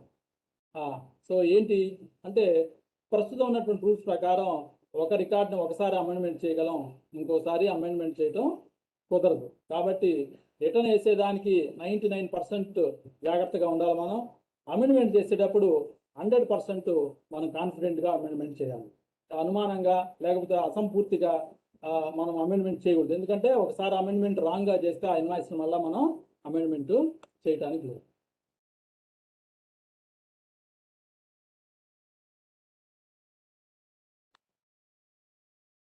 సో ఇప్పుడు మనం కనుక చూసుకున్నట్లయితే ఏమేమి అసలు మనం చేయగలము, జిఎస్ఆర్ 1లో తప్పుల్ని ఏమేమి మనం చేయలేము. సో B2Cని మనం B2Bగా చేయగలమా? చేయలేమండి, డైరెక్ట్గా చేయలేము, ఆప్షన్ లేదు. ఇందాక నేను చెప్పినట్టుగా వాటిని 2 తప్పులుగా మనం భావించి ఒక B2Cని తగ్గించుకోవటం, B2Bని యాడ్ చేసుకోవటం, అట్లా మనం చేసుకోవాల్సింది. ఎక్స్పోర్ట్ చేస్తుంటాం, without payment cannot be amended. So export చేసేటప్పుడు LUT ద్వారా ఎక్స్పోర్ట్ చేస్తాము, లేదంటే విత్ పేమెంట్ ఆఫ్ ట్యాక్స్ కూడా ఎక్స్పోర్ట్ చేస్తాము. ఈ రెండిట్లో మీరు కనుక రాంగ్ కనుక వేస్తే, అంటే విత్కి వితౌట్ విత్గా కనుక వేస్తే మనకి అక్కడ అమెండ్మెంట్ చేయడానికి ఆప్షన్ లేదు.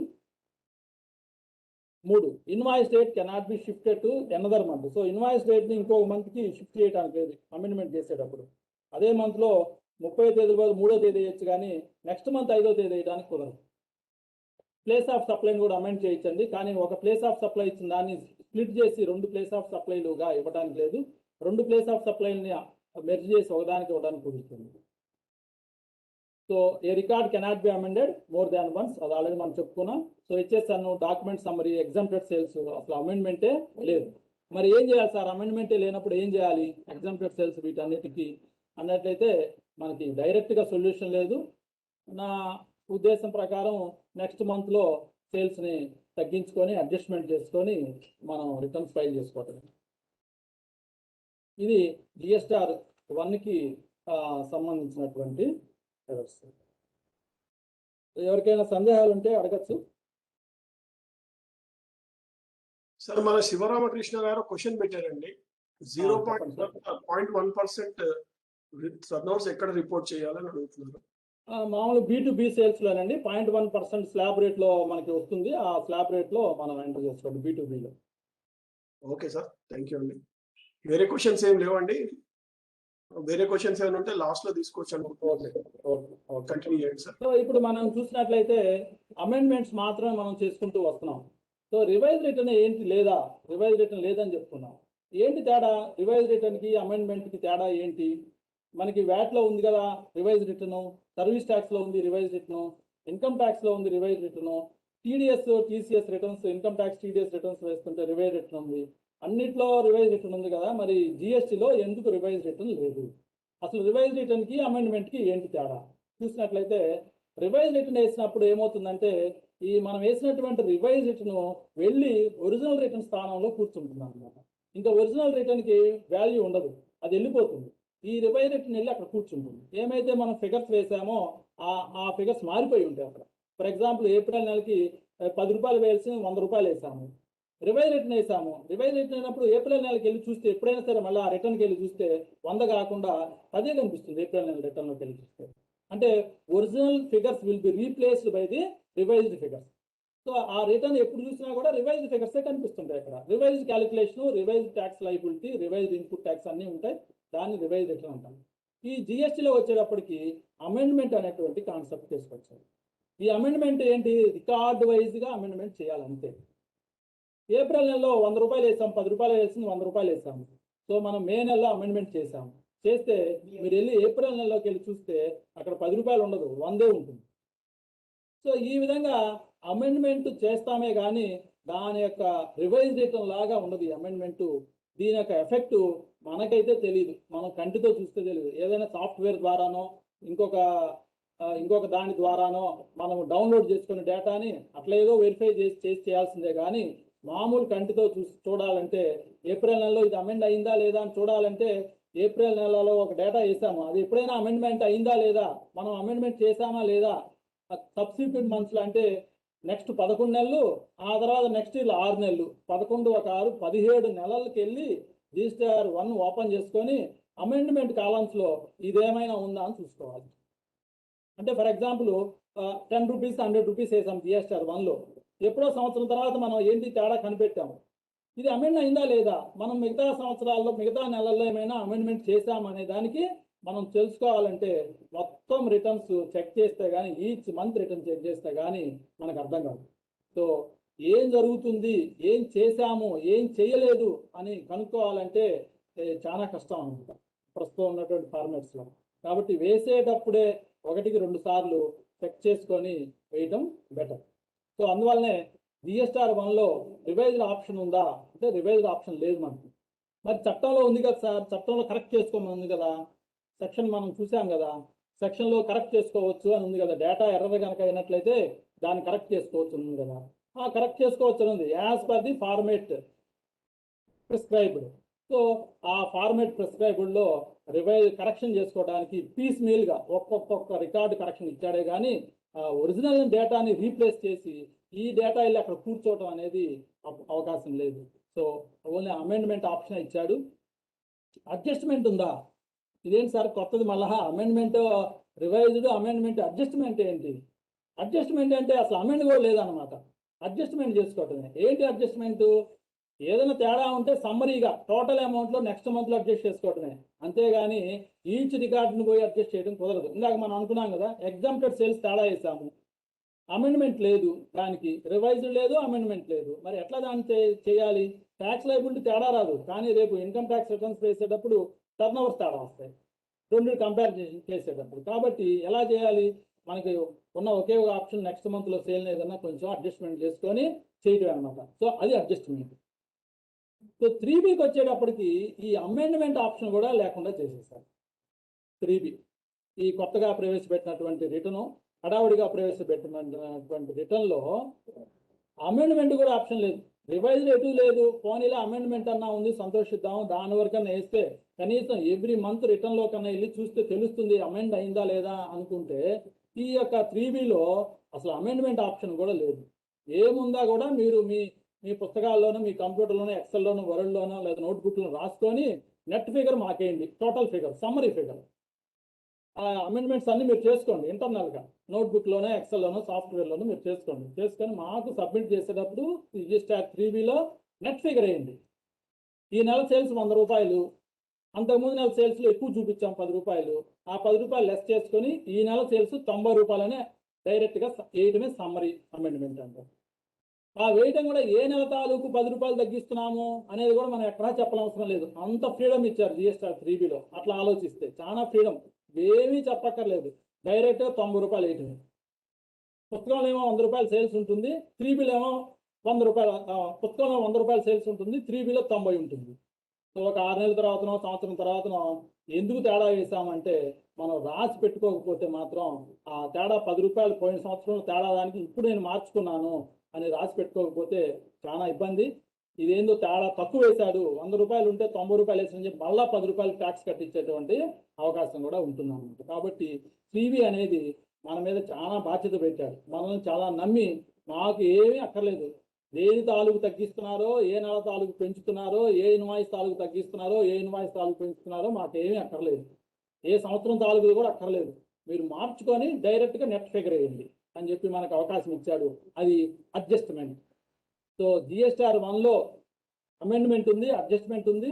జిఎస్ఆర్ 3Bలో మనకి అమెండ్మెంట్ ఆప్షన్ లేదు, ఓన్లీ అడ్జస్ట్మెంట్ ఉంది. అయితే మనం ఆన్లైన్లో రిటర్న్ ఫైల్ చేస్తున్నాము లేదా సాఫ్ట్వేర్ ద్వారా ఫైల్ చేస్తున్నాము, కానీ మాన్యువల్గా మనం ఒకసారి అప్పుడప్పుడు ఈ పీడిఎఫ్ని చూడాలండి. పీడిఎఫ్ని చూడాలి అంటే నోటిఫికేషన్ ద్వారా ఇచ్చినటువంటి ఫామ్ని, అప్డేటెడ్ ఫామ్ని చూస్తే మీకు చాలా రకాలైనటువంటి ఇన్స్ట్రక్షన్స్ ఉంటాయి అన్నమాట. అందులో ఏ టర్న్ ఓవర్ ఎక్కడ వేయాలి, ఏ దేంట్లో క్రెడిట్ నోట్స్ ఎక్కడ వేయాలి, డెబిట్ నోట్స్ ఎక్కడ వేయాలి, సేల్స్ రిటర్న్స్ ఎక్కడ వేయాలి, ఈ మిస్టేక్స్ పడితే ఏం చేయాలి, ఇట్లాంటివన్నీ కూడా చాలా వరకు మీరు కనుక జిఎస్ఆర్ 1 కనుక చూసినట్లయితే మీకు దాంట్లో మీకు కనిపిస్తుంది అన్నమాట. సో 3B కనుక చూసినట్లయితే లా ఏం చెప్తుంది, లాలో అమెండ్మెంట్కి అవకాశం ఉందా? 39(1) ఉంది, application to file return. So every month కూడా 3B అంటే మనకి sales, output tax, input tax, net liability వస్తుంది. So section 39(1) read with rule 61లో మనకి there is an application to file return. అదే సెక్షన్లో సబ్ సెక్షన్ 9 ఎట్లయితే మనకి జిఎస్ఆర్ 1కి అవకాశం ఇస్తుందో రెక్టిఫికేషన్కి, జిఎస్ఆర్ 3B కూడా మనకి రెక్టిఫికేషన్ అవకాశం ఉంది. ఏం చెప్తుందంటే it allows rectification of omissions and incorrect particulars. So 39(9) కనుక మీరు చూసినట్లయితే మనకి ఒక రిజిస్టర్డ్ పర్సన్కి అమెండ్మెంట్ చేసేటువంటి, రెక్టిఫికేషన్ చేసేటువంటి అధికారం ఇచ్చున్నారు 39(9)లో. కానీ మనకి ఆన్లైన్లో ప్రస్తుతం లేదు. ప్రొవిజర్ to 39(9). So A time same అండి. జిఎస్ఆర్ 1 అయితే మనకి next year September return due date లోపు ఫైల్ చేయాలో, అమెండ్మెంట్స్ చేసుకోవాలో, ఇది కూడా next year September month return due date అండి. సెప్టెంబర్ మంత్ రిటర్న్ కాదు, September month return due date లోపు మనము అమెండ్మెంట్స్ చేసుకోవాలి. చాలామంది చాలా మిస్టేక్స్ ఉన్నాయి, రెక్టిఫై చేసుకోవాలని చెప్పి సెప్టెంబర్ మంత్ రిటర్న్ ఏ నవంబర్లోనూ డిసెంబర్లోనూ ఫైల్ చేస్తారు. ఫైల్ చేసినప్పుడు వాళ్ళకి అమెండ్మెంట్ చేసుకునే టైం దాటిపోతుంది. సెప్టెంబర్ నెల రిటర్న్లో కాదండి అమెండ్మెంట్ చేసుకోవాల్సింది, సెప్టెంబర్ నెల యొక్క డ్యూ డేట్ లోపు అమెండ్మెంట్ చేసుకోవాలి, డ్యూ డేట్ లోపు. కాబట్టి ఇది మీరు గమనించుకొని, అంటే అక్టోబర్ 20వ తేదీ లోపు, అక్టోబర్ 20 నెక్స్ట్ ఇయర్ అక్టోబర్ 20 లోపు వేసే రిటర్న్స్లోనే మీరు అమెండ్మెంట్ చేసుకోవాలి. అప్పట్లోపు మీరు సెప్టెంబర్ వేయలేదు, లేదా అంతకుముందు ఉన్నటువంటి జూలై వేయలేదు, ఆగస్ట్ వేయలేదు, సెప్టెంబర్ వేయలేదు, పర్వాలేదు, మీరు వేయకపోయినా పర్వాలేదు. అక్టోబర్ 20 లోపు ఏ రిటర్న్ అయితే వేస్తున్నారో లేటెస్ట్గా ఆ రిటర్న్లోనే అమెండ్మెంట్ జరగాలి. మీరు ఫర్ ఎగ్జాంపుల్ ఏప్రిల్ రిటర్న్ నవంబర్లో వేస్తున్నారు అనుకోండి, టైం అయిపోయింది, అది చేయడానికి కుదరదు. ఏప్రిల్ రిటర్న్ కదా సార్ నాకు సెప్టెంబర్ దాకా టైం ఉందంటే సెప్టెంబర్ దాకా, సెప్టెంబర్ మంత్ రిటర్న్ డ్యూ డేట్లో టైం. సో ఇప్పుడు మనం ఒకసారి పీడిఎఫ్ చూస్తామండి. పీడిఎఫ్ ఓపెన్ చేస్తాను, ఎందుకంటే అప్పుడప్పుడు మనము పీడిఎఫ్ కూడా చూడాలి, అనేక మార్పులు వస్తూ ఉన్నాయి దాంట్లో. ఈ ఆన్లైన్ ఫామ్లో ఒక రకంగా ఉంటుంది, మనకి ఈ పీడిఎఫ్లో మనకి ఇన్స్ట్రక్షన్స్ కూడా ఇస్తారు. పీడిఎఫ్లో ఏంటంటే మనకి అడ్వాంటేజ్ ఇన్స్ట్రక్షన్స్ కూడా చూడొచ్చు ఒకసారి. సో ఒక ఓవర్ వ్యూ వస్తుంది ఫామ్కి, ఫామ్లో ఏముంటాయి, ఏం చేయాలి, ఆ ఫామ్ని ఎలా ఫిలప్ చేయాలి అనేటువంటి మనకి ఇన్స్ట్రక్షన్స్ కూడా ఉంటాయి. కాబట్టి మనం ఒకసారి ఇప్పుడు పీడిఎఫ్ చూద్దాం.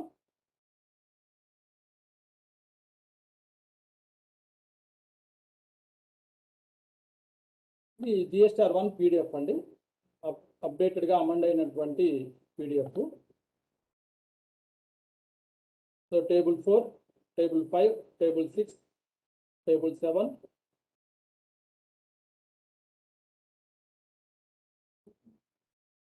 టేబుల్ 10. సో టేబుల్ 9లో మీకు అమెండ్మెంట్స్ ఎక్కువ టేబుల్ 9లో వస్తాయి. ఇది టేబుల్ 9 అమెండ్మెంట్స్. సో ఎంత హెడ్డింగ్ ఇచ్చాడో చూడండి. ఈ హెడ్డింగ్ మనకి ఆన్లైన్లో కనపడదు. Amendments to taxable outward supply details furnished in returns for earlier tax periods in table 4, 5 and 6, including debit notes, credit notes, refund vouchers issued during the current period. So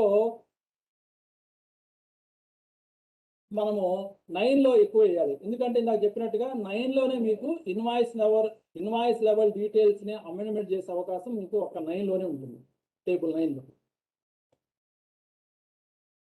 so original ఇన్వాయిస్ని table 9లోనే amendment చేసుకోవచ్చు, with including shipping బిల్స్తో సహా. Debit credit నోట్స్ని కూడా ఇక్కడ amendment చేసుకోవచ్చు.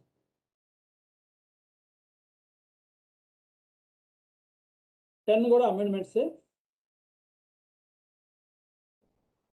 11 advances received. అంటే goods లేదనుకోండి, ఇప్పుడు సర్వీసెస్ ఉంది కాబట్టి కొంతమందికి అడ్వాన్సెస్ కూడా రావచ్చు. సో ఇది మీకు 13, సో మ్యాక్సిమం 13 టేబుల్సే ఉంటాయి మీకు ఇక్కడ. పీడిఎఫ్ ఫార్మాట్ చూస్తే ఇందులో డాక్యుమెంట్స్. సో ఇక్కడ మనకి ఇవన్నీ కూడా నోట్స్ అండి.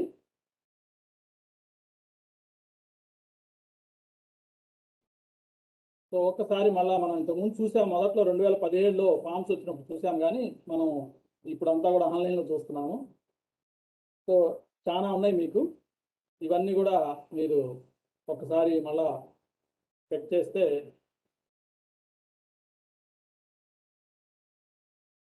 చాలా వాటికి మనకి సొల్యూషన్ దొరుకుతుంది అన్నమాట. మనం తప్పులే చేయకుండా ఉంటాం. సో దాదాపు 18 నోట్స్ ఉన్నాయండి. 18 నోట్స్ ఉన్నాయి. సో ఈ ఇన్స్ట్రక్షన్స్ 18 ఇన్స్ట్రక్షన్స్ ఉన్నాయి. వీటన్నిటిని కూడా మీరు ఇందులో చూడవచ్చు.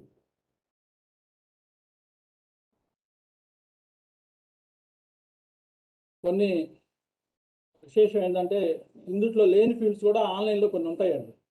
ఫామ్లో లేని ఫీల్డ్స్ కూడా ఆన్లైన్లో కొన్ని ఫీల్డ్స్ ఉంటాయి.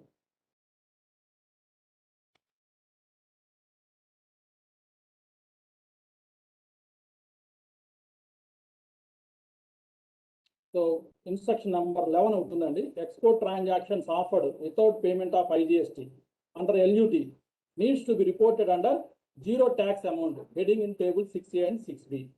సో 6Aలో కానీ 6Bలో కానీ విత్ ఎల్యూటీ కనుక ఎక్స్పోర్ట్ చేస్తే 0%లో మనము ట్యాక్స్ని చూపించాలి. ఆ 0% స్లాబ్ రేట్ కింద ట్యాక్స్ఫుల్ వాల్యూ, ఇంకా ట్యాక్స్ 0 వస్తుంది. ఓకే, అయితే మీరు ఈ టేబుల్ కనుక చూసినట్లయితే ఆన్లైన్లో లేని ఫీల్డ్ ఒకటి యాడ్ అయి ఉంటుంది. ఆ ఫీల్డ్ ఏంటంటే విత్ పేమెంటా వితౌట్ పేమెంటా అనేటువంటి ఫీల్డ్ అండి. ఇంకా మీరు కనుక 6A కనుక చూస్తే ఇందులో ఆ ఫీల్డే ఉండదు. ఇక్కడ 6A చూపిస్తాను మీకు. 6Aలో exports, GSTN of recipient, invoice details, shipping bill, integrated tax, central tax, state tax, cess. ఎక్స్పోర్ట్స్కి ఎన్ని ఎందుకు ఉంటాయని అనుకోవచ్చు. ఎక్స్పోర్ట్స్ ఉండవు, SEZకి కానీ డీమ్డ్ ఎక్స్పోర్ట్స్ కానీ ఉంటాయి. డీమ్డ్ ఎక్స్పోర్ట్స్ ఉంటాయి కాబట్టి ఇచ్చాడు. సో ఈ ఎక్స్పోర్ట్స్లో ఈ రేట్ కాలంలోనే 0 అని వేసి ఈ వితౌట్ పేమెంట్ చేసినటువంటివి మనం ఎక్స్పోర్ట్ చేయాలి. కానీ మీరు ఆన్లైన్లో కనుక ఈ ఫామ్ కనుక చూసినట్లయితే ఇంకొక కాలం యాడ్ అయి ఉంటుంది. ఇంకొకటి ఆ కాలం ఏంటంటే exports or whether with payment or without payment అనేటువంటి ఆప్షన్ ఒకటి కొత్తగా వచ్చి ఉంటుంది అన్నమాట. ఇట్లా ఫామ్స్లో లేనటువంటి కొత్త ఫీల్డ్స్ కూడా మనకు ఆన్లైన్లో కనిపిస్తాయి. ఫామ్స్లో లేని బైఫర్కేషన్ ఆన్లైన్లో కనిపిస్తుంది. అయితే మనము రిటర్న్ ఫైల్ చేయాలి కాబట్టి మనం ఆన్లైన్ ఫాలో అవ్వాలి. ఇది ఎక్కడ ఎలా ఫిలప్ చేయాలి అని మనం చూసుకోవాలంటే మాత్రం ఒకసారి మళ్ళా ఇన్స్ట్రక్షన్స్ని మనం చూడొచ్చు.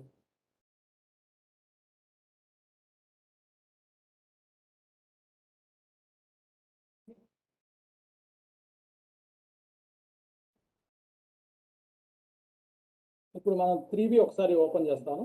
3B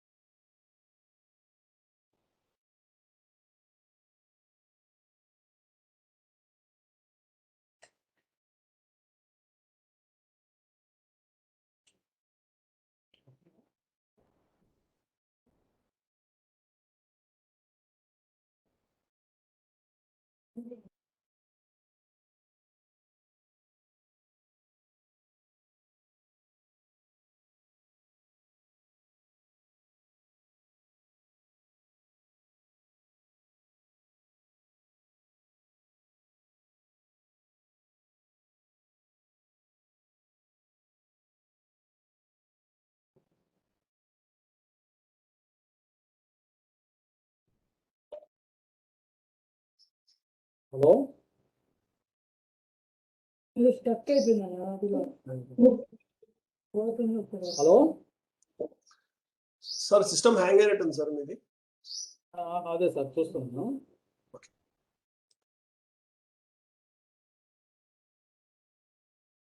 ఈ చేంజ్ ఆఫ్ స్క్రీన్ ఒప్పుకోనేటట్లేదు వెబెక్స్. తిరుగుతుంది.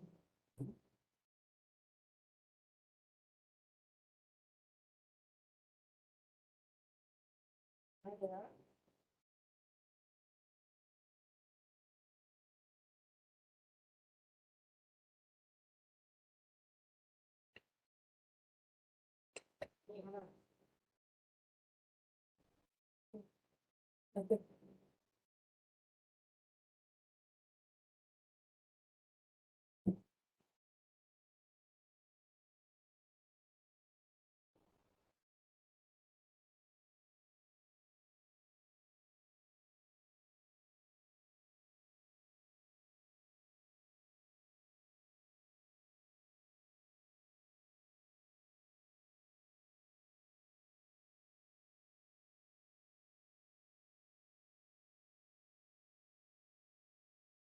బూమ్.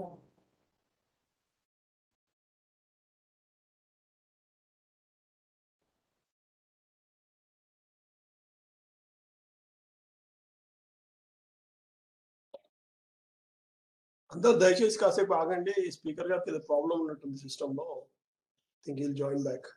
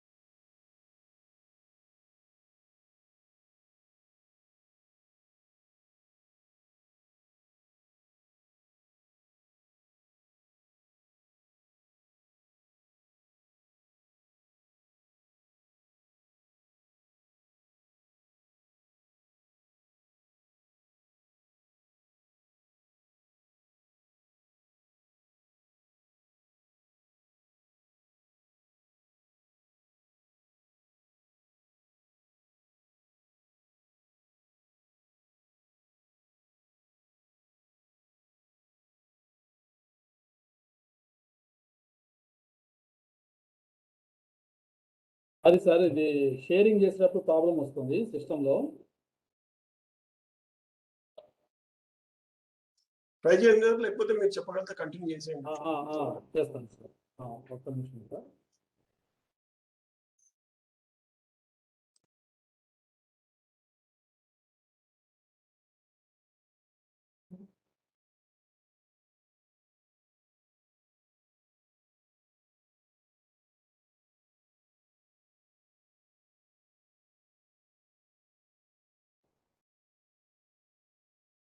ఇప్పుడు మనం 3B కనుక చూసుకున్నట్లయితే 3Bలో ఇన్స్ట్రక్షన్స్ చాలా తక్కువగా ఉన్నాయండి.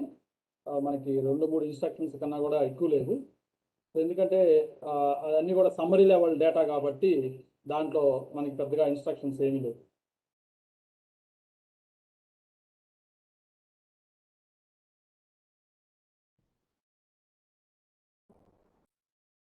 షేరింగ్ కనిపిస్తుందండి మీకు? లేదు సార్, రావట్లేదు. స్క్రీన్ షేరింగ్ స్టార్ట్ అవ్వలేదు.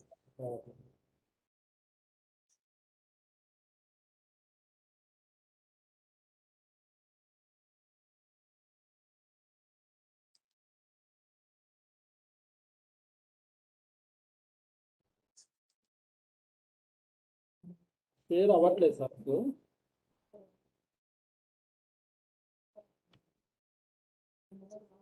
సార్ ఒకసారి ఫైల్ క్లోజ్ చేసి ఓపెన్ చేయండి సార్. మీరు స్క్రీన్ షేరింగ్ ఆప్షన్ ఓపెన్ చేసిన తర్వాత ఫైల్ ఓపెన్ చేయండి. అప్పుడు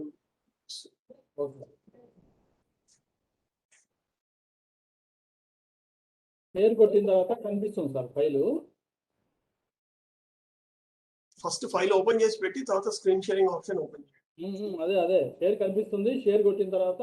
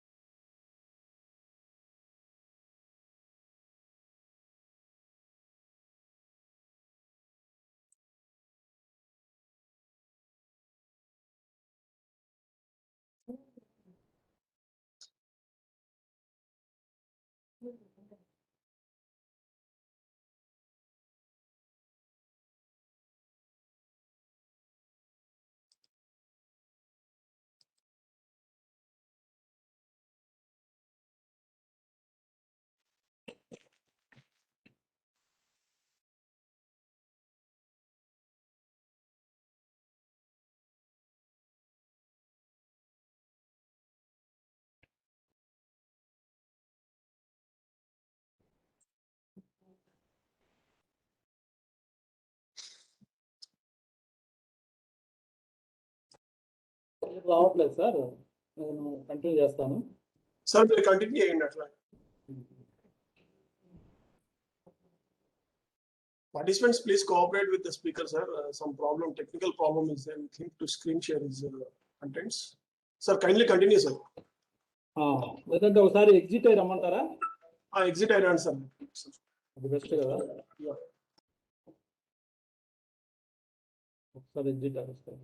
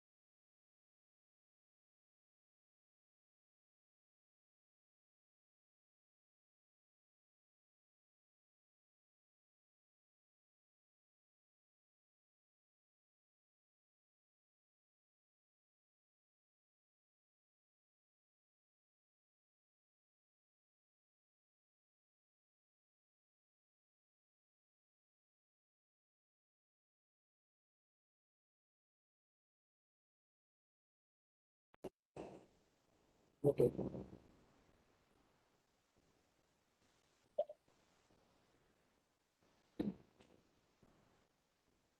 Yes, sir. Start ahead. Sir ఇప్పుడు షేర్ కనిపిస్తుంది sir? Yes, sir. Condition, sir. Continue, sir. Okay, this is the 3B form, updated 3B form, PDF form. So ఇది మనం ఏదైనా website నుంచి డౌన్లోడ్ చేసుకోవచ్చు. ఇట్లా టేబుల్స్ తక్కువ 3.1, 3.2, ITC eligible table ITC 4, value of exam related and non GST invoice supplies, payment of tax, TDS adjustment, verification, instructions. Only instructions మనకి 3 instructions ఉన్నాయి. మీరు GSTR 1 చూసినట్లయితే 18 ఇన్స్ట్రక్షన్స్ ఉన్నాయి. ఇక్కడ 3 ఇన్స్ట్రక్షన్స్ ఉన్నాయి 3Bలో. Value of taxable supplies is equal to value of invoices plus value of debit notes minus value of credit notes plus value of advances received for which invoices have not been issued in the same month minus value of advances adjusted against invoices. So ఇక్కడ debit notes, credit నోట్స్కి separate columns ఏమీ లేవు. మీరు మొత్తాన్ని outward సప్లైస్లోనే వేసుకోవాలి after adjusting all. Simple format. Details of advances as well as adjustment of same against invoices to be adjusted and not shown separately. So separate గా advances కి ఎటువంటి separate గా ఏం లేదు. Third, amendment in any details to be adjusted and not shown separately. ఇది important అయినటువంటి instruction. So amendment in any details to be adjusted and not shown separately. So R1 లో కనుక టేబుల్ 9, టేబుల్ 10, టేబుల్ 11 లో ఎట్లయితే మనం amendments separate గా చూసి చేస్తున్నామో ఇక్కడ అటువంటి అవసరం లేదు. ఏమైనా ఉంటే మీరు ఇంటర్నల్ గా అమెండ్మెంట్ చేసుకొని అడ్జస్ట్మెంట్ చేసుకొని నెట్ ఫిగర్ ని తీసుకొచ్చి మీరు ఇక్కడ వేయండి. అంటే చాలా సింపుల్ అయింది ఫామ్. ఒకవైపు సింపుల్ అవుతుంది, ఒకవైపు మనకి కష్టం అవుతుంది. ఎందుకంటే వీటిని మనం కనుక సేవ్ చేసి పెట్టుకోకపోతే తర్వాత మనకి ఇబ్బంది అవుతుంది.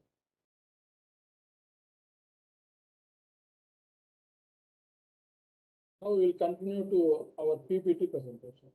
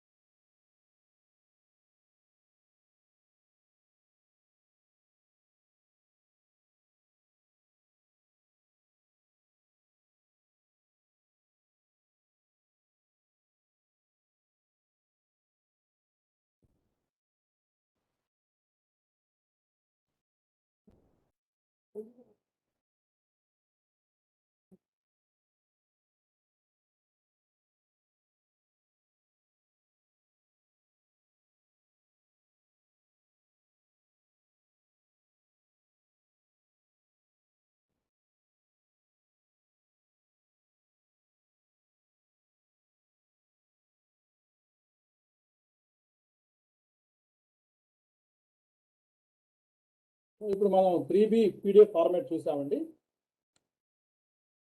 So what are the errors that may happen in 3B? So ఈ ఎర్రర్స్ ప్రభుత్వం వారు డిపార్ట్మెంట్ వారు ఊహించి మనకు అనేక press notes, circulars, notifications, other materials కూడా మనకి ఇచ్చున్నారు. ఒకసారి మనము వాటిని కనుక చూస్తే మనకు కొంత అవగాహన వస్తుంది ఎర్రర్స్ని ఏ విధంగా చేయాలి. ఇందులో నేను కొన్ని ముఖ్యమైన ఎర్రర్స్ని చూపిస్తాను. రెండోది ఏంటంటే మనం GSTIN వెబ్సైట్ని ఫాలో అవ్వాలి. రూల్స్, రెగ్యులేషన్స్, ఫార్మ్స్ ఎన్ని తెలిసినా కూడా GSTIN కూడా సపరేట్ రూల్స్ అండ్ రెగ్యులేషన్స్ ఉన్నాయి, వాటిని మనం ఫాలో అవ్వాలి. కాబట్టి ఎప్పటికప్పుడు GSTIN వాళ్ళు ఇచ్చినటువంటి ఇన్స్ట్రక్షన్స్ని కూడా మనం ఫాలో చేయాలి. సో ఈ రిటర్న్లో ఇన్వాయిస్ లెవెల్ డీటెయిల్స్ ఏమీ ఎంటర్ చేయక్కర్లేదు, అది పెద్ద అడ్వాంటేజ్ 3Bలో. సో 1 నుంచి వచ్చినటువంటి సమ్మరీ మాత్రమే ఇందులో ఉంటుంది కాబట్టి ఆ 1లో ఉన్నటువంటి 19 టేబుల్స్ యొక్క సమ్మరీ మొత్తం కూడా ఇందులోకి వచ్చేస్తుంది. సో ఇప్పుడు ఆటో డ్రాఫ్ట్ ద్వారా కూడా వస్తుంది, ఇప్పుడు మనకు కొంచెం యూస్ఫుల్ అయింది. సో ఏమి ఎర్రర్స్ ఉండొచ్చు ఇంకా సమ్మరీలో? ఎక్కువ తక్కువ వేయటమే సమ్మరీలో, ఇంక వేరే ఎర్రర్స్ ఉండవు. ఒక దాంట్లో ఎక్కువ వేయటం, ఒక దాంట్లో తక్కువ వేయటం. సో అండర్ రిపోర్టింగ్ అంటే తక్కువ వేయటం. ట్యాక్స్ల వాల్యూ తక్కువ వేస్తే ఏం చేయాలి? ఆ యొక్క వాల్యూని మనం నెక్స్ట్ సబ్సిక్వెంట్ మంత్లో యాడ్ చేసి చూపిస్తాం. ఏ నెలదో కూడా చెప్పనవసరం లేదు, మనం రాసి పెట్టుకోవడం మన పుస్తకాల్లో. ట్యాక్స్ అండర్ రిపోర్ట్ అయితే ఏం చేయాలి? సబ్సిక్వెంట్ మంత్లో యాడ్ చేసుకోవడం 3Bలో. వడ్డీ పే చేయాల్సి వస్తే వడ్డీ పే చేయటం. ఐటీసీ కనుక తక్కువ క్లెయిమ్ చేస్తే ఏం చేయాలి? నెక్స్ట్ మంత్ దాంట్లో ఐటీసీని యాడ్ చేసుకోవటం, రిటర్న్ ఫైల్ చేయటం 3B రిటర్న్. ఎక్కడా కూడా మనము రిటర్న్స్లో ఇది ఫలానా మంత్ తాలూకు అని మనం చెప్పక్కర్లేదు. ఇక్కడ నేను ఇంకొక విషయం మనం గమనించాల్సింది ఏంటంటే ఈ GSTR 3Bలో సేల్స్ ఎంతైనా ఉండొచ్చు, ట్యాక్స్ రేట్ ఎంతైనా ఉండొచ్చు. ఈ సేల్స్ ₹1,00,000 కాబట్టి 18% ట్యాక్స్ 18,000 ఉండాలి, ఈక్వల్గా ఉండాలి అనేటువంటి రూల్ ఏం లేదు. సమ్మరీ వేస్తాం. సో మీరు 18,000 బదులు ₹1,000 కూడా వేయచ్చు, ఎందుకంటే అంతకుముందు మీరు ₹17,000 రాంగ్గా కట్టి ఉండొచ్చు కాబట్టి ఎక్కువ తగ్గించుకొని మీరు ఇప్పుడు ₹1,000 వేయచ్చు. సేల్స్ ₹1,00,000, ట్యాక్స్ ₹1,000 కూడా వేయచ్చు అనమాట, అడ్జస్ట్మెంట్. కాబట్టి ఈ రేట్ ఆఫ్ ట్యాక్స్ వారీగా ఉండాలని అవసరం లేదు అడ్జస్ట్మెంట్స్ చేసేటప్పుడు. అట్లానే ఓవర్ రిపోర్టింగ్ ఎక్కువ చేసినవి కూడా నెక్స్ట్ మంత్లో మనం తగ్గించుకోవచ్చు. ఎన్ని నెలలోపు తగ్గించుకోవాలి? ఇందాక మనం చెప్తున్నట్టుగా సెప్టెంబర్ మంత్ డ్యూ డేట్ ఆ లోపు మనము అడ్జస్ట్మెంట్స్ అన్నీ కూడా మనం చేసుకోవాలి. ఒకవేళ ట్యాక్స్ ఎక్కువ కడితే ఏం చేయాలి? సో చాలా మందికి డౌట్ ఇది. ట్యాక్స్ ఎక్కువ కట్టాము, పొరపాటున మనము IGST కింద కట్టాము, అది CGST, SGST. మనకి తర్వాత IGST సేల్సే లేదు, తగ్గించుకోవాలంటే నెక్స్ట్ మంత్లో ఏం చేయాలంటే మనం ఎక్కువ కట్టిన దాన్ని రిఫండ్ అడగచ్చు. CGST, SGST కట్టి మనం IGSTని రిఫండ్ రూల్స్ ప్రకారంగా మనం రిఫండ్ కనుక అడిగినట్లయితే ఎక్సెస్ ట్యాక్స్ పెయిడ్ అనేటువంటి హెడ్డింగ్ కింద మనం రిఫండ్ కూడా తీసుకోవచ్చు. సో చిన్న ఎగ్జాంపుల్స్ ఇచ్చాను. ఏప్రిల్ మంత్లో ₹100 వేయాలి, మనం ₹80 వేసాము, రిపోర్ట్ చేసాము. సో దాన్ని మే మంత్లో ఏ విధంగా అడ్జస్ట్ చేసుకోవాలి? మే మంత్లో యాక్చువల్ సేల్స్ ₹150. సో ప్లస్ ఈ డిఫరెన్స్ ₹20 ఏదైతే అండర్ రిపోర్ట్ చేసామో దాన్ని యాడ్ చేసి మనం డెఫిషిట్ని 150 + 20 170 చూపించుకోవడం. ఏం చేయగల డైరెక్ట్గా 170 వేసేయటం. మంత్ మేలో ₹50 IGST, ఇది ట్యాక్స్ అండి, ఇదేమో ట్యాక్సిబుల్ వాల్యూ. ట్యాక్స్ ₹50 కానీ మనం ₹60 లెక్కన వేసాము IGST. సో జూన్ నెలలో మనకి IGST ₹10 కట్టాలి. సో దాన్ని మనం 10 మైనస్ ఎక్సెస్ చేసింది 10 పోతే మనం ₹0 అని IGST రాసుకోవచ్చు. సరే ఇది ఇక్కడ 0 ఉంటే ఏం చేయాలి? నెక్స్ట్ మంత్లో మనకి IGST 0 ఉంది. ఎప్పుడు IGST వస్తే అప్పుడు అడ్జస్ట్ చేసుకోండి. అసలు మీకు IGST రావట్లేదు, ఎక్సెస్ కట్టాము, ఆ తర్వాత మీకు IGST రావట్లేదు, బిఫోర్ 2 years రిఫండ్ క్లెయిమ్ చేసుకుంటాం. సో ఇప్పుడు మనకి 3Bకి 1కి ఏంటి లింక్? సో 3Bకి 1కి లింక్ ఏంటంటే మనకి మొట్టమొదట్లో జిఎస్టీ వచ్చేటప్పుడు జిఎస్టీ రాకముందు అనేక సెమినార్స్లో జిఎస్టీఆర్ 1 అనేది ఒక అనెక్జూరు, ఆ అనెక్జూర్ నుంచి డేటా ఆటోమేటిక్గా జిఎస్టీఆర్ 3కి ఆటో డ్రాఫ్ట్ అయిపోతుంది అని మనకి చాలా చోట్ల చెప్పుకున్నారు. సో అది మనకి సిస్టంలో ఇంప్లిమెంట్ కావడానికి చాలా సంవత్సరాలు పట్టింది, 1లో ఉన్న డేటాని ఆటోమేటిక్గా 3Bకి రావడానికి. సో ఈలోపు మనం చేయాల్సిన మిస్టేక్స్ అన్ని మనకు జరిగిపోతా ఉన్నాయి. ఏముండొచ్చు మిస్టేక్స్? కంపారిటివ్ గా చూసినట్లయితే జిఎస్టీఆర్ 1, జిఎస్టీఆర్ 3B రెండిట్లో కరెక్ట్గా వేసాం. రెండిట్లో కరెక్ట్గా వేస్తే వెరీ హ్యాపీ, ఏం చేయక్కర్లేదు, హ్యాపీగా ఉండొచ్చు, టెన్షనే లేదు. జిఎస్టీఆర్ 1లో కరెక్ట్గా వేసాం డేటా, జిఎస్టీఆర్ 3Bలో రాంగ్ వేసాం. సో 1లో కరెక్ట్గా వేసి 3Bలో రాంగ్ వేస్తే ఏం చేయాలి మనం? 1ని ఏమీ చేయకూడదు, 3Bని ఇందాక చెప్పినట్టుగా నెక్స్ట్ మంత్లో వాటిని మనం అడ్జస్ట్మెంట్ చేసుకోవాలి. నెక్స్ట్ మంత్లో మనం వాటిని అడ్జస్ట్మెంట్ చేసుకొని కరెక్ట్ ఫిగర్ని రిపోర్ట్ చేయాలి. జిఎస్టీఆర్ 1లో రాంగ్ వేసాము, 3Bలో కరెక్ట్గా వేసాము. సో నెక్స్ట్ మంత్ మనము సబ్సిక్యూట్ మంత్స్లో R1ని మాత్రం అమెండ్ చేస్తే సరిపోతుంది, 3Bని ఏం చేయాలి? రెండు రాంగ్ వేసాము, 1 రాంగ్ 3B రాంగ్. అప్పుడు 3Bని అడ్జస్ట్ చేస్తాము, 1ని అడ్జస్ట్ చేస్తాము.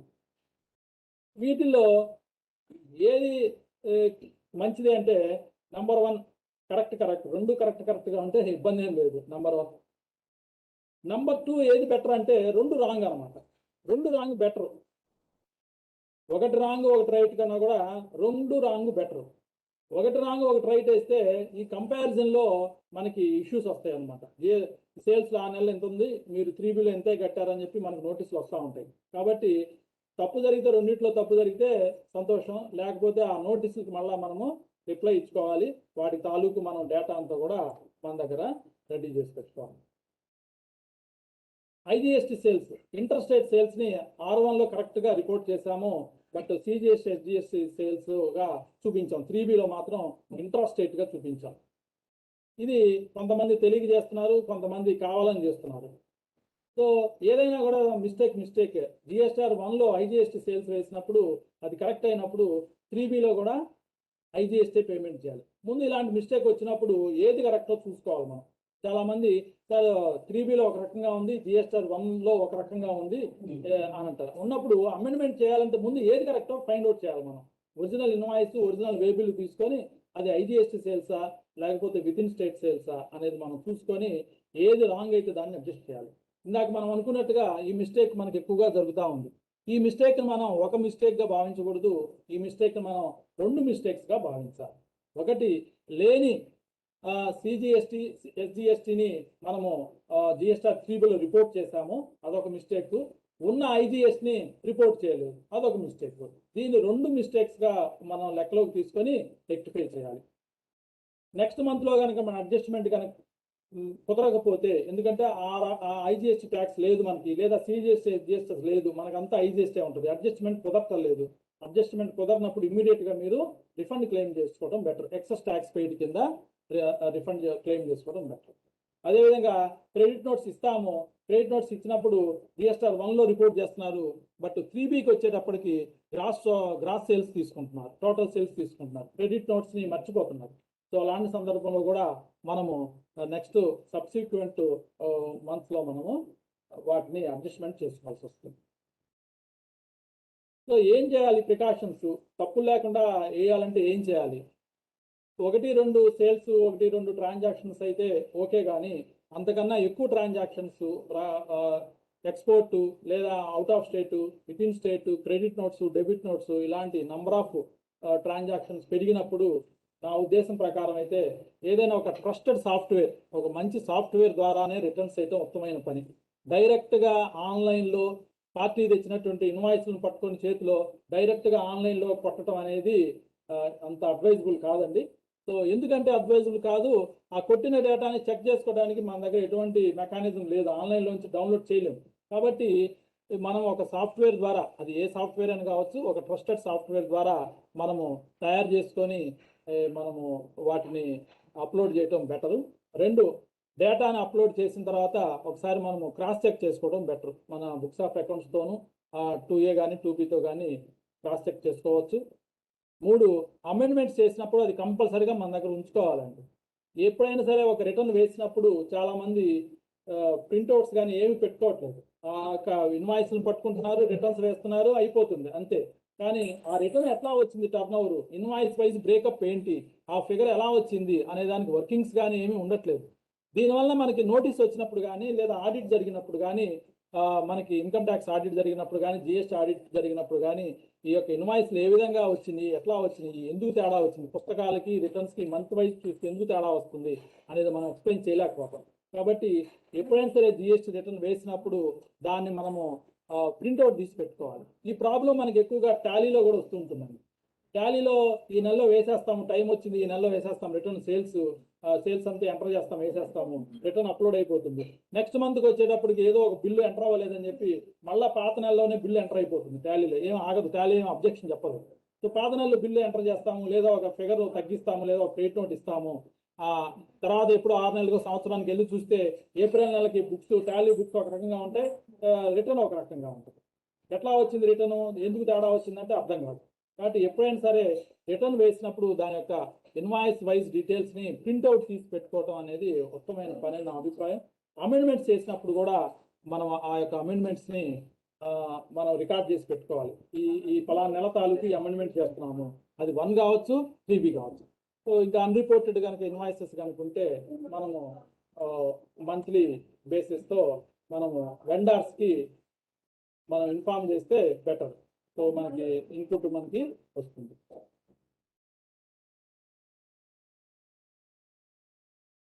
సో ఇది నా ప్రజెంటేషన్ అండి. Thank you. ఏమైనా డౌట్స్ ఉంటే ఏమైనా సమాధానం చెప్పడానికి ప్రయత్నం చేస్తాను. సార్ తిరువేర్ సార్ చెప్పండి.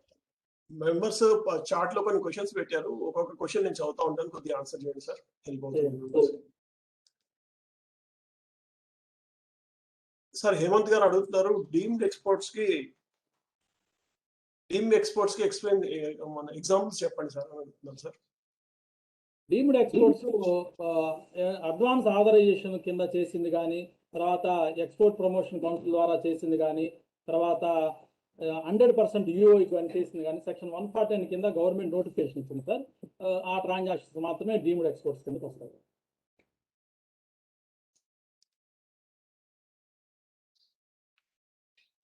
సార్ ఇంకో question sir, how to file GSTR 1 and 3B for a margin dealer who is dealing in second hand empty bottles. Example, B2B a cost of goods 1 lakh, margin value 10,000, total invoice value 1,10,000.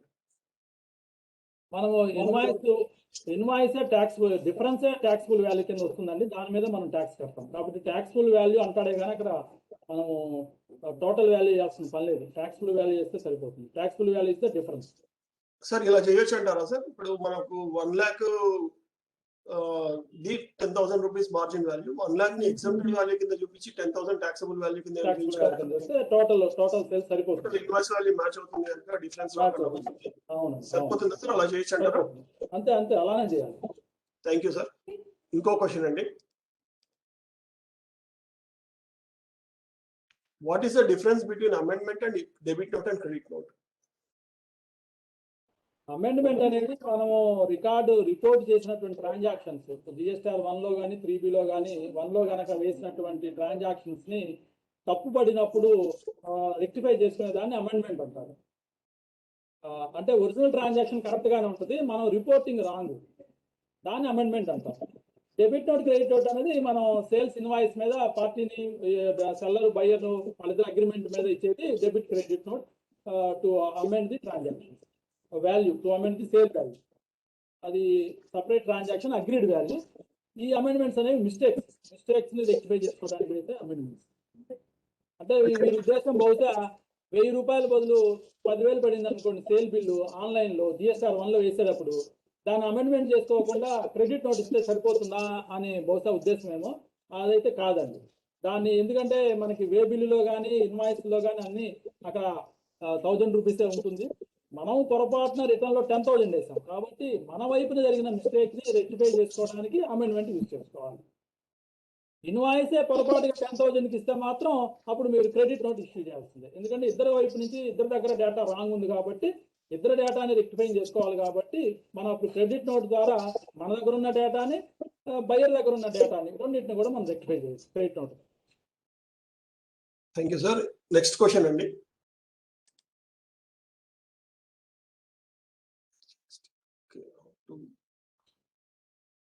Sir ఇప్పుడు PDFs మీరు form GSTR1 కానీ GSTR3B కానీ PDF చూపించారు కదా screen sharing లో, అవి ఎలా download చేసుకోవాలని అడుగుతున్నారు సార్. అది డైరెక్ట్ గా వెబ్సైట్ లో లేవు కదా సార్, అవి మనం థర్డ్ పార్టీ వెబ్సైట్ లో నుంచి మనం డౌన్లోడ్ చేసుకోవాలి సార్. Okay sir. ఇంకో క్వశ్చన్ ఉందండి.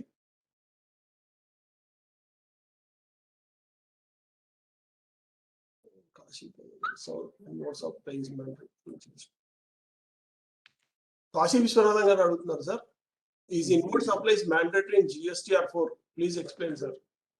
వేయాలి ఇన్వర్డ్ సప్లై పర్చేజెస్ చూపించాలి GSTR4 లో. GSTR4 లో ఇన్వర్డ్ సప్లై గురించి అడుగుతున్నారు సార్. అవును సార్, కాలం ఉంది కదా మనకి 4 లో, అదేమి ఆప్షనల్ కాదు కాబట్టి మనం చూస్తాం సార్. ఇవాళ PPT ఏమైనా షేర్ చేయడానికి ఆస్కారం ఉందా సార్? చేస్తాను సార్, కావాలంటే మీరు మెయిల్ అడ్రస్ ఇవ్వండి, మీకు మెయిల్ చేస్తాను. ఓకే. నెక్స్ట్ వచ్చేసి ఒక్క నిమిషం సార్, ఇంకొక క్వశ్చన్ ఉంది.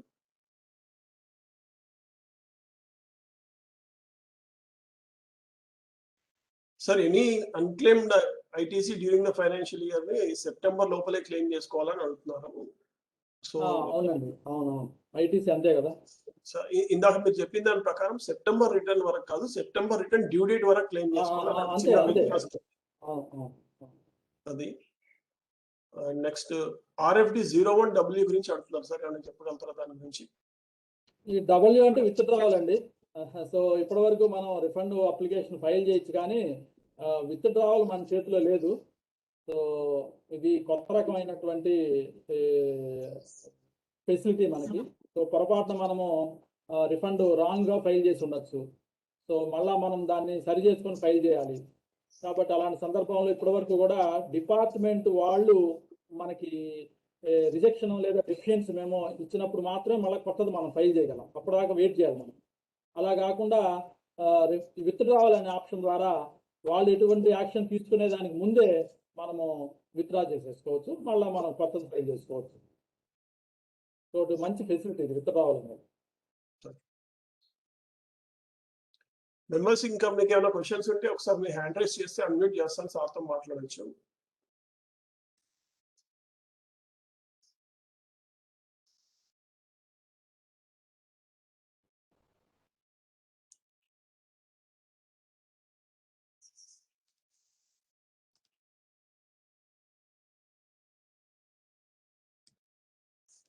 సార్, ఇంకో క్వశ్చన్ వచ్చిందండి. My client is IT service to other countries, so the registration is compulsory అని అడుగుతున్నారు సార్. అవును సార్, అవును.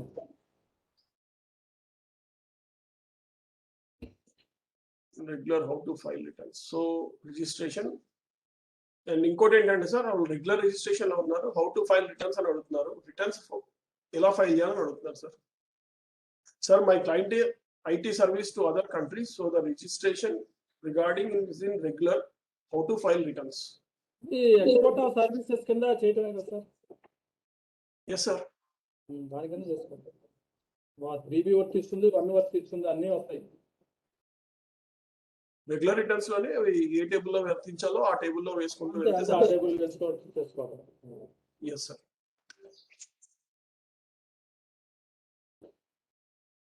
Participants, any other questions, please? ఒక్క నిమిషం వెయిట్ చేద్దాం సార్, ఇంకేమైనా క్వశ్చన్స్ వస్తాయేమో. Okay sir.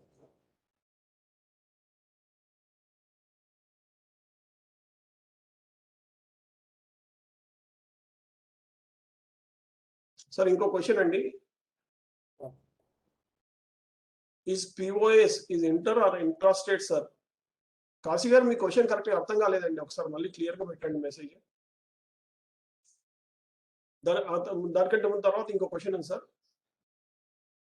Small builder below 1.5 lakhs taken composition license, tax rate how much to pay sir?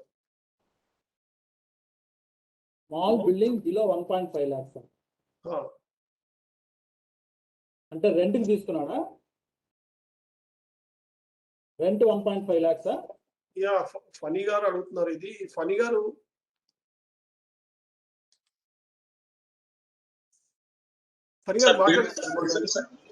Builder sir, చిన్న బిల్డర్, 1,50,00,000 టర్నోవర్ లోపు ఉన్నారు. వాళ్ళు కాంపోజిట్ లైసెన్స్ తీసుకునే అవకాశం ఉందా?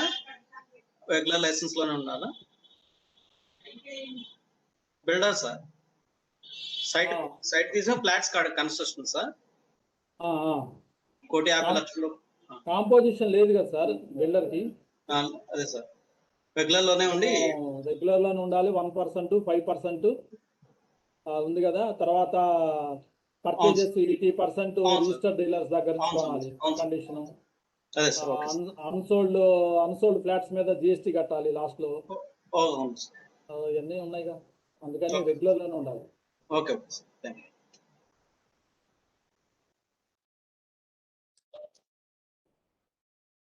Sir, about IT services is interstate or intrastate sir? Kashi గారు, మీ question correct గా అర్థం కావట్లేదు. మిమ్మల్ని అన్మ్యూట్ చేస్తున్నాను ఒకసారి.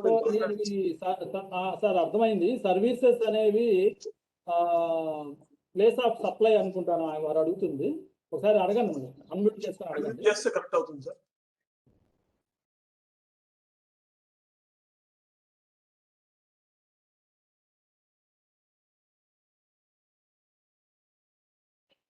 కాశీ గారు, మీరు అన్మ్యూట్ చేసుకొని మాట్లాడండి సార్. హలో హలో కాశీ గారు మాట్లాడండి, వినపడుతుంది. హలో సార్, అది అంటే ఇందాక అడిగాను కదా సార్, ఫస్ట్ క్వశ్చన్ కదా సార్. మా client is IT services in other countries. అది ఇంటర్స్టేట్ వస్తుందా, ఇంట్రాస్టేట్ వస్తుందా? ఎక్స్పోర్ట్ సార్, అది ఎక్స్పోర్ట్. సెపరేట్ లైన్స్ ఉన్నాయి కదా ఎక్స్పోర్ట్ కి, దాంట్లో వేయాలి. Exports sir. జిఎస్టీ 1 లో అయితే ఏ కాలం వేస్తాం? జిఎస్టీ 1 లో ఎక్స్పోర్ట్ వేయాలి సార్. అది ఎక్స్పోర్ట్ వేయాలండి. ఎక్స్పోర్ట్ కాల్ రిసిపియంట్ ఇతర కంట్రీలో ఉన్నాడు కాబట్టి మనకి ఎక్స్పోర్ట్ కింద వస్తుంది సార్. అంటే ఆయనకు వచ్చే బ్యాంక్ స్టేట్మెంట్ లో వచ్చిన అమౌంట్ బట్టి మేము సేల్ వేస్తున్నాం సార్ దాని సర్వీస్ కి. అది ఎందులో ఏ కాలంలో వేయాలని జిఎస్టీ 1 లో ఏ కాలంలో వేయాలి? ఎక్స్పోర్ట్స్ ఉంది కదా సార్, ఎక్స్పోర్ట్స్ లో వేయాలి సార్. అది అది ఇంతవరకు మేము జిఎస్టీ 1 లో మామూలుగా ఇందులో B2C లో వేసి చూపించేస్తున్నాం సార్. పొరపాటున B2C లో కన్స్యూమర్ కింద వేస్తున్నారు. అవును సార్. అది రాంగ్ సార్. అది అవునండి, రాంగ్. Export sales separate. అది కూడా ఇక్కడ నుంచి మనం ఎక్స్పోర్ట్ సరిపోతుంది ఇక్కడ నుంచి. అవునండి, ఇప్పటి వరకు మేము దీంట్లో B2C లో వేస్తాము. దాని మరి అమెండ్మెంట్ ఏమున్నాయి సార్? ఏమైనా ఉన్నాయి సార్? అమెండ్మెంట్ ఏముందా? అదే సార్, ఇది 2 రకాలుగా ట్రీట్ చేసుకోవాలి. B2C సేల్స్ ఏమో తగ్గించుకోవాలి, అవేమో యాడ్ చేసుకోవాలి. ఆ ఇన్వాయిస్ ఏమో మనం యాడ్ చేసుకోవాలి. ఎక్స్పోర్ట్ కాలం వేసి సరిపోతుంది సార్. ఎక్స్పోర్ట్ కాలం వేసి B2B వేసేయాలి, అంతే కదా సార్? B2B గా సార్, ఎక్స్పోర్ట్ కాల్. ఎక్స్పోర్ట్ కాలం వేసి 3B లో మనం మామూలుగా 3B వేసుకోవడమే. Okay, thanks sir. Sir Thiruvel sir, ఇది మనం 6A టేబుల్ చేసి 6A 6B, 6A అయితే గూడ్స్, 6B అయితే సర్వీసెస్ లో వేయించాను. Thank you sir. And next question. I have missed ITC claimed in some invoices for financial year 2021, so I may claim next year financial 21-22 up to September return. Yes sir, మీరు అది September return వరకు claim చేసుకోవచ్చు, due date లోపల. అంటే 20 October 2021 as on date వరకు sir, అంతేనంటారా? అవునండి. Yes sir. Sir, ఇంకో క్వశ్చన్ అండి. Lab services GST applicable or not? Hospital అయితే చార్జ్ చేయట్లేదు సార్ ప్రజెంట్. సార్, ఒక పార్టిసిపెంట్ చేసినట్టున్నారు, ఒక్క నిమిషం sir.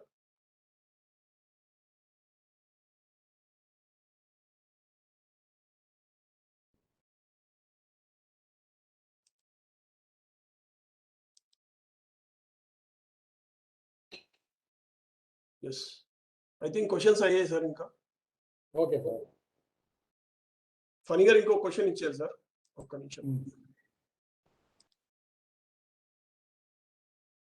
Personal goods ITC reverse in which table?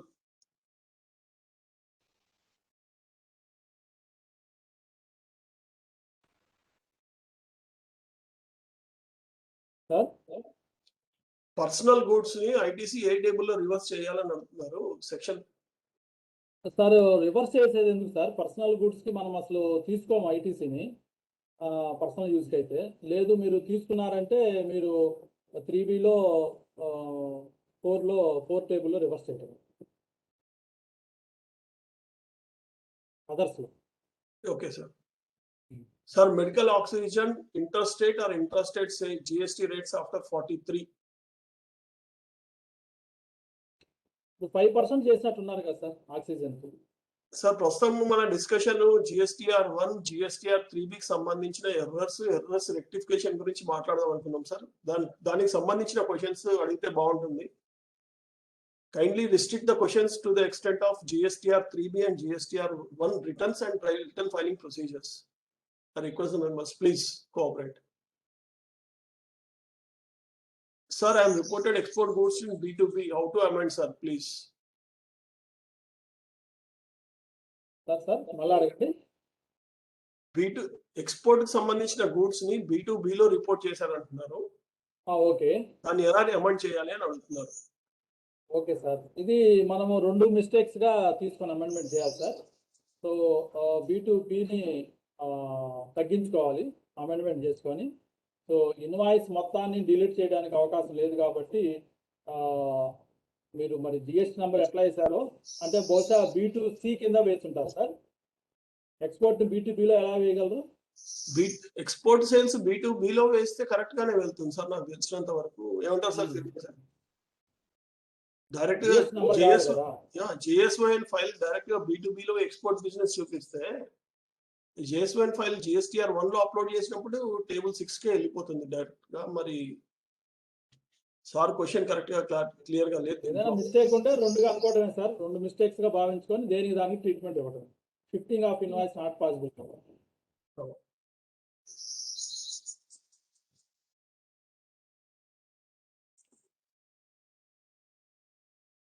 Lab services కి జిఎస్టీ అప్లికబులా నాట్ అప్లికబులా ప్లీజ్ క్లారిఫై అంటున్నారు.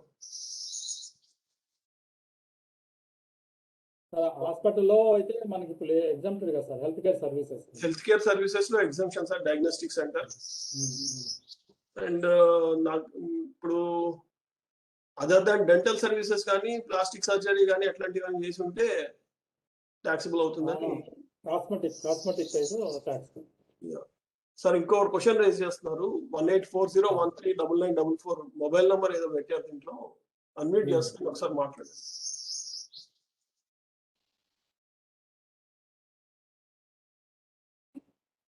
సార్ మీ పేరు తెలియట్లేదు లాస్ట్ లో. అయ్యా మాట్లాడండి సార్ మీరు.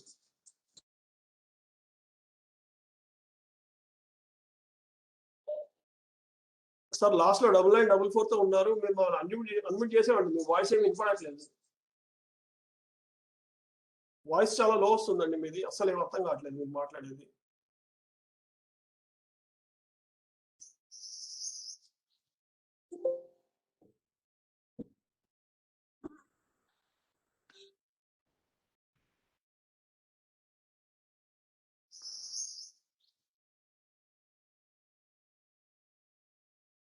సార్ ఏదో టెక్నికల్ ప్రాబ్లం ఉన్నట్టుంది సార్ దగ్గర. ఇంకో question sir. My dealer gold shop labour making charges entering GST or return final.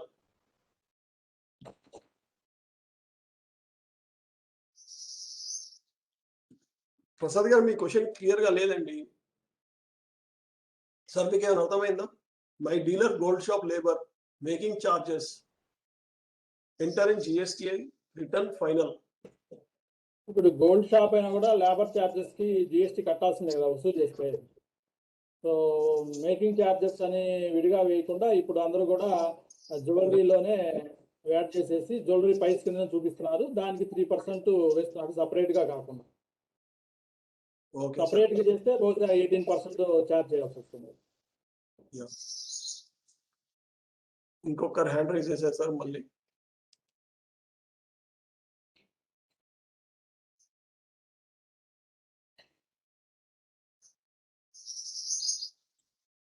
Double 944 ending తో ఉంది సార్ మీ పేరు. అసలు మీరు ఏం మాట్లాడుతారో ఏం అర్థం వినపడట్లేదు సార్. అసలు మీ దగ్గర ప్రాబ్లం ఉన్నట్టుంది.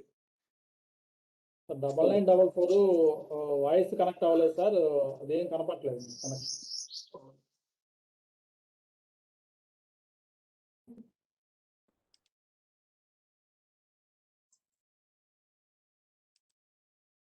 కిరణ్ కుమార్ గారు మీరు మాట్లాడొచ్చండి.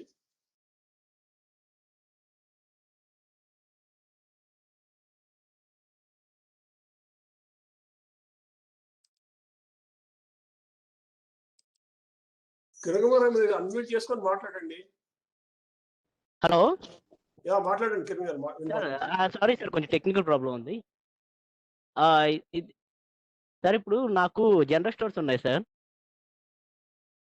నేను వాళ్ళవి అంటే 2 crores పరం బిలో ఉంది యాక్చువల్గా. అయితే వాళ్ళవి అయితే మేము రెగ్యులర్ అంటే మేము రెగ్యులర్ మామూలుగా 3Bలో వేసేస్తాం కామన్గానే, స్టాక్ మెయింటైన్ చేయట్లా, వాల్యూ బేస్డ్ కింద వేసేస్తున్నాం.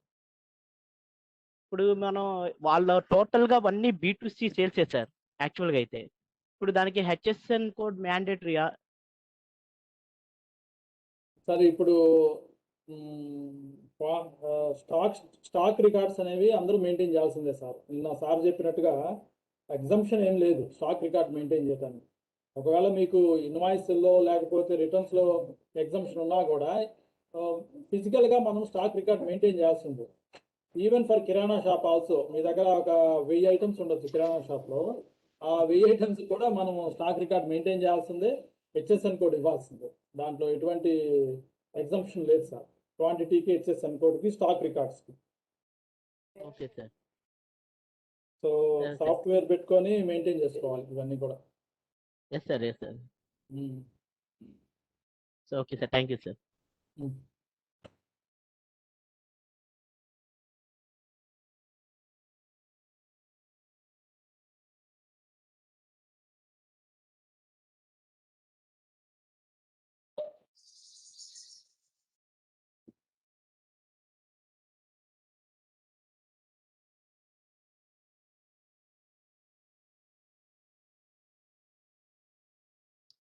Sir, medical oxygen new business required registration.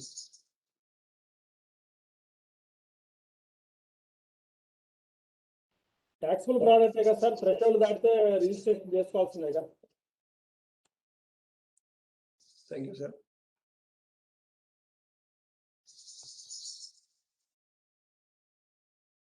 I think we have come to an end. Sir, Thiruvedi sir ఇంకేమైనా చెప్పాలనుకుంటున్నారు సార్, లేక సెషన్ క్లోజ్ చేయొచ్చా మనం? ఒక విషయం చెప్పాలనుకుంటున్నాను సార్. రిటర్న్స్ వేసేటప్పుడే మనం కరెక్ట్గా వేయటం బెటర్ సార్. అమెండ్మెంట్స్ ఉన్నా కూడా కొన్ని సందర్భాల్లో ఈ అమెండ్మెంట్స్ చేసినందువలన ప్రాబ్లమ్స్ కూడా వస్తున్నాయి. కాబట్టి ఎక్స్పోర్ట్ రిఫండ్ అడిగేటప్పుడు కానీ, లేదా ఆడిట్ చేసేటప్పుడు కంపారిజన్ స్టేట్మెంట్స్ కానీ, ఇట్లా అనేక సందర్భాల్లో ప్రాబ్లమ్స్ వస్తున్నాయి. కాబట్టి వేయటమే కరెక్ట్గా వేయాలి. సో గవర్నమెంట్కి నా రిక్వెస్ట్, మీరు తొందరగా రివైజ్ రిటర్న్ కాన్సెప్ట్ని ప్రవేశపెట్టి ఈ ఉన్న ప్రాబ్లమ్స్ని సాల్వ్ చేయమని కోరుతున్నాను.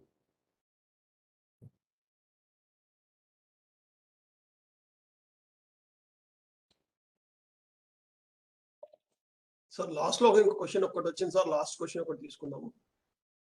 Sir, I have filed GSTR 1 for the month of April 2021-22.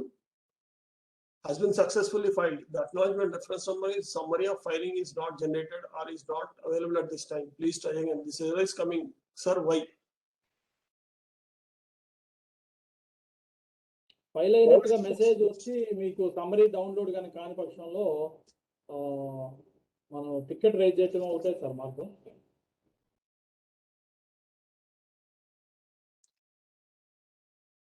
బహుశా అది GST అని ఎర్రర్ అయి ఉంటుంది సార్.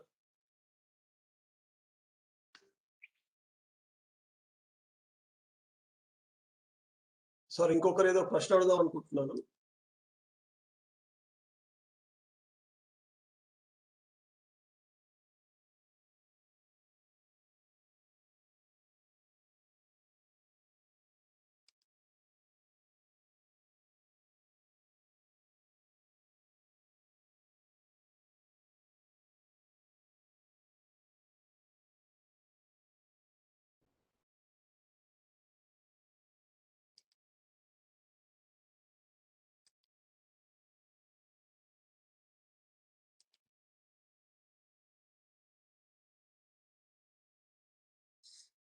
లేదు సార్, ఇంకేం లేదు.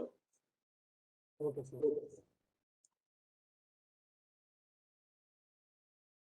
Give a chance to ask question mister L Venkateswararao. L Venkateswararao గారు ఎక్కడ ఉన్నారు? మీరు నాకు స్క్రీన్ లో కనపడటం లేదు. ఒక్క నిమిషం సార్, చూస్తున్నాను.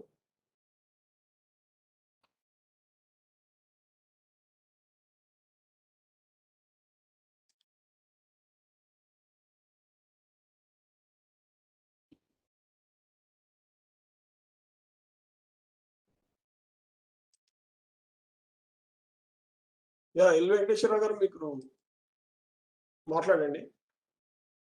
అన్మ్యూట్ చేసుకొని మాట్లాడండి.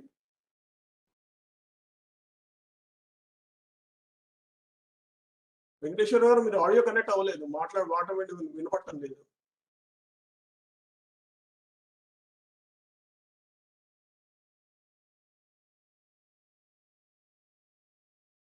వినపడటం లేదు సార్ వెంకటేశ్వరరావు గారు, మీ ఆడియో కనెక్ట్ అవ్వలేదు.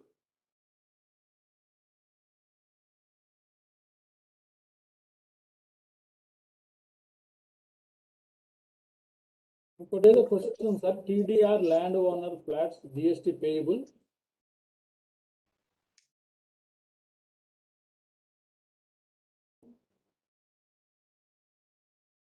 TDR land owners flat GST payable processors.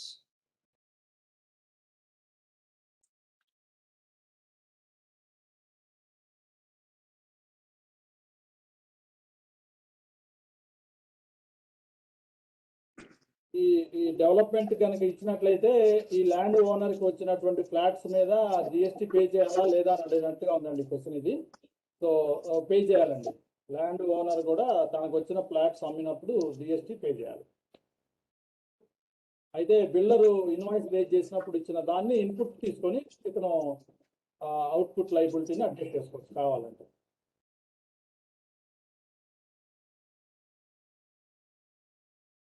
My dealer doing cleaning services and he was under composition scheme.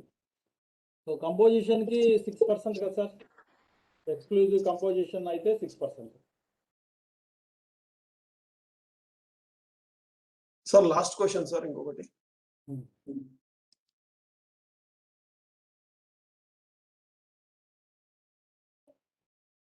చెప్పండి సార్. 9944 సార్, మాట్లాడండి. మీరు మాట్లాడేది వినపడలేదు అసలు. మీ పేరు కూడా తెలియట్లేదు. మీరు హ్యాండ్ రైజ్ చేస్తున్నారు, మీకు అన్మ్యూట్ చేసుకుంటున్నారు, కానీ మీరు మాట్లాడేది ఏమి వినపడటం లేదండి. 9944 గారు, మీ క్వశ్చన్ అంటే చాట్ బాక్స్ లో పెట్టండి. లేకపోతే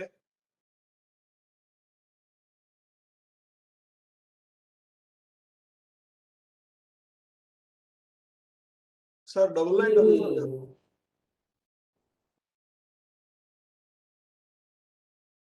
ఏదో సిస్టమ్ లాగా ఉంది సార్ అది. ఫోన్ నంబర్ కూడా 18240తో స్టార్ట్ అయింది. అది ఏదో ఐడి నంబర్ సార్. అది ఐడి నంబరా? ఏదో ఐడి నంబర్. అది మొబైల్లో ఐడి నంబర్ ఏదో వస్తున్నట్టుంది. చాలా ప్రయత్నం చేస్తున్నారు కానీ కనెక్ట్ కావట్లేదు సార్.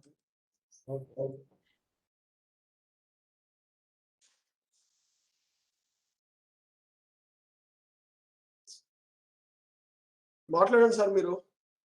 హలో చెప్పండి చెప్పండి. హలో నమస్కారం, రామారావు మాట్లాడుతున్నా. నా పేరు రామారావు. హలో మాట్లాడండి మాట్లాడండి, వినపడుతుంది. ఎక్స్పోర్ట్ గురించి అడిగా కదా సార్. ఇది ఎక్స్పోర్ట్ ట్రాన్సాక్షన్ ని B2Bలో చూపించా. బై మిస్టేక్ ఏంటంటే ట్రాన్స్పోర్ట్ అది జిఎస్టీ నెంబరు మెన్షన్ చేసి B2B అప్లోడ్ చేసాము. అది B2Bలో ట్రాన్స్పోర్ట్ జిఎస్టీ నెంబర్ మెన్షన్ చేస్తూ B2Bలో అప్లోడ్ చేసాము. యాక్చువల్లీ ఎక్స్పోర్ట్ అది. సో అది అమెండ్ చేయాలంటే అది మైనస్ GSTR 1లో అది ఎట్లా తగ్గించాలని, డిలీట్ చేయాలనేది ఆప్షన్. సార్ మీరు ఆ ట్రాన్స్పోర్టర్ కి క్రెడిట్ నోట్ ఇవ్వాలి సార్. ట్రాన్స్పోర్టర్కి ఇవ్వాలా? ట్రాన్స్పోర్ట్ క్రెడిట్ నోట్ ఇవ్వండి, అదొక క్లోజ్ అయిపోతుంది. రెండు మీరు ఎక్స్పోర్ట్ కింద మీరు GSTR 1లో రికార్డ్ చేయండి. 6B 6Aలో ఎక్స్పోర్ట్స్ కింద చేయండి. Okay okay, thank you.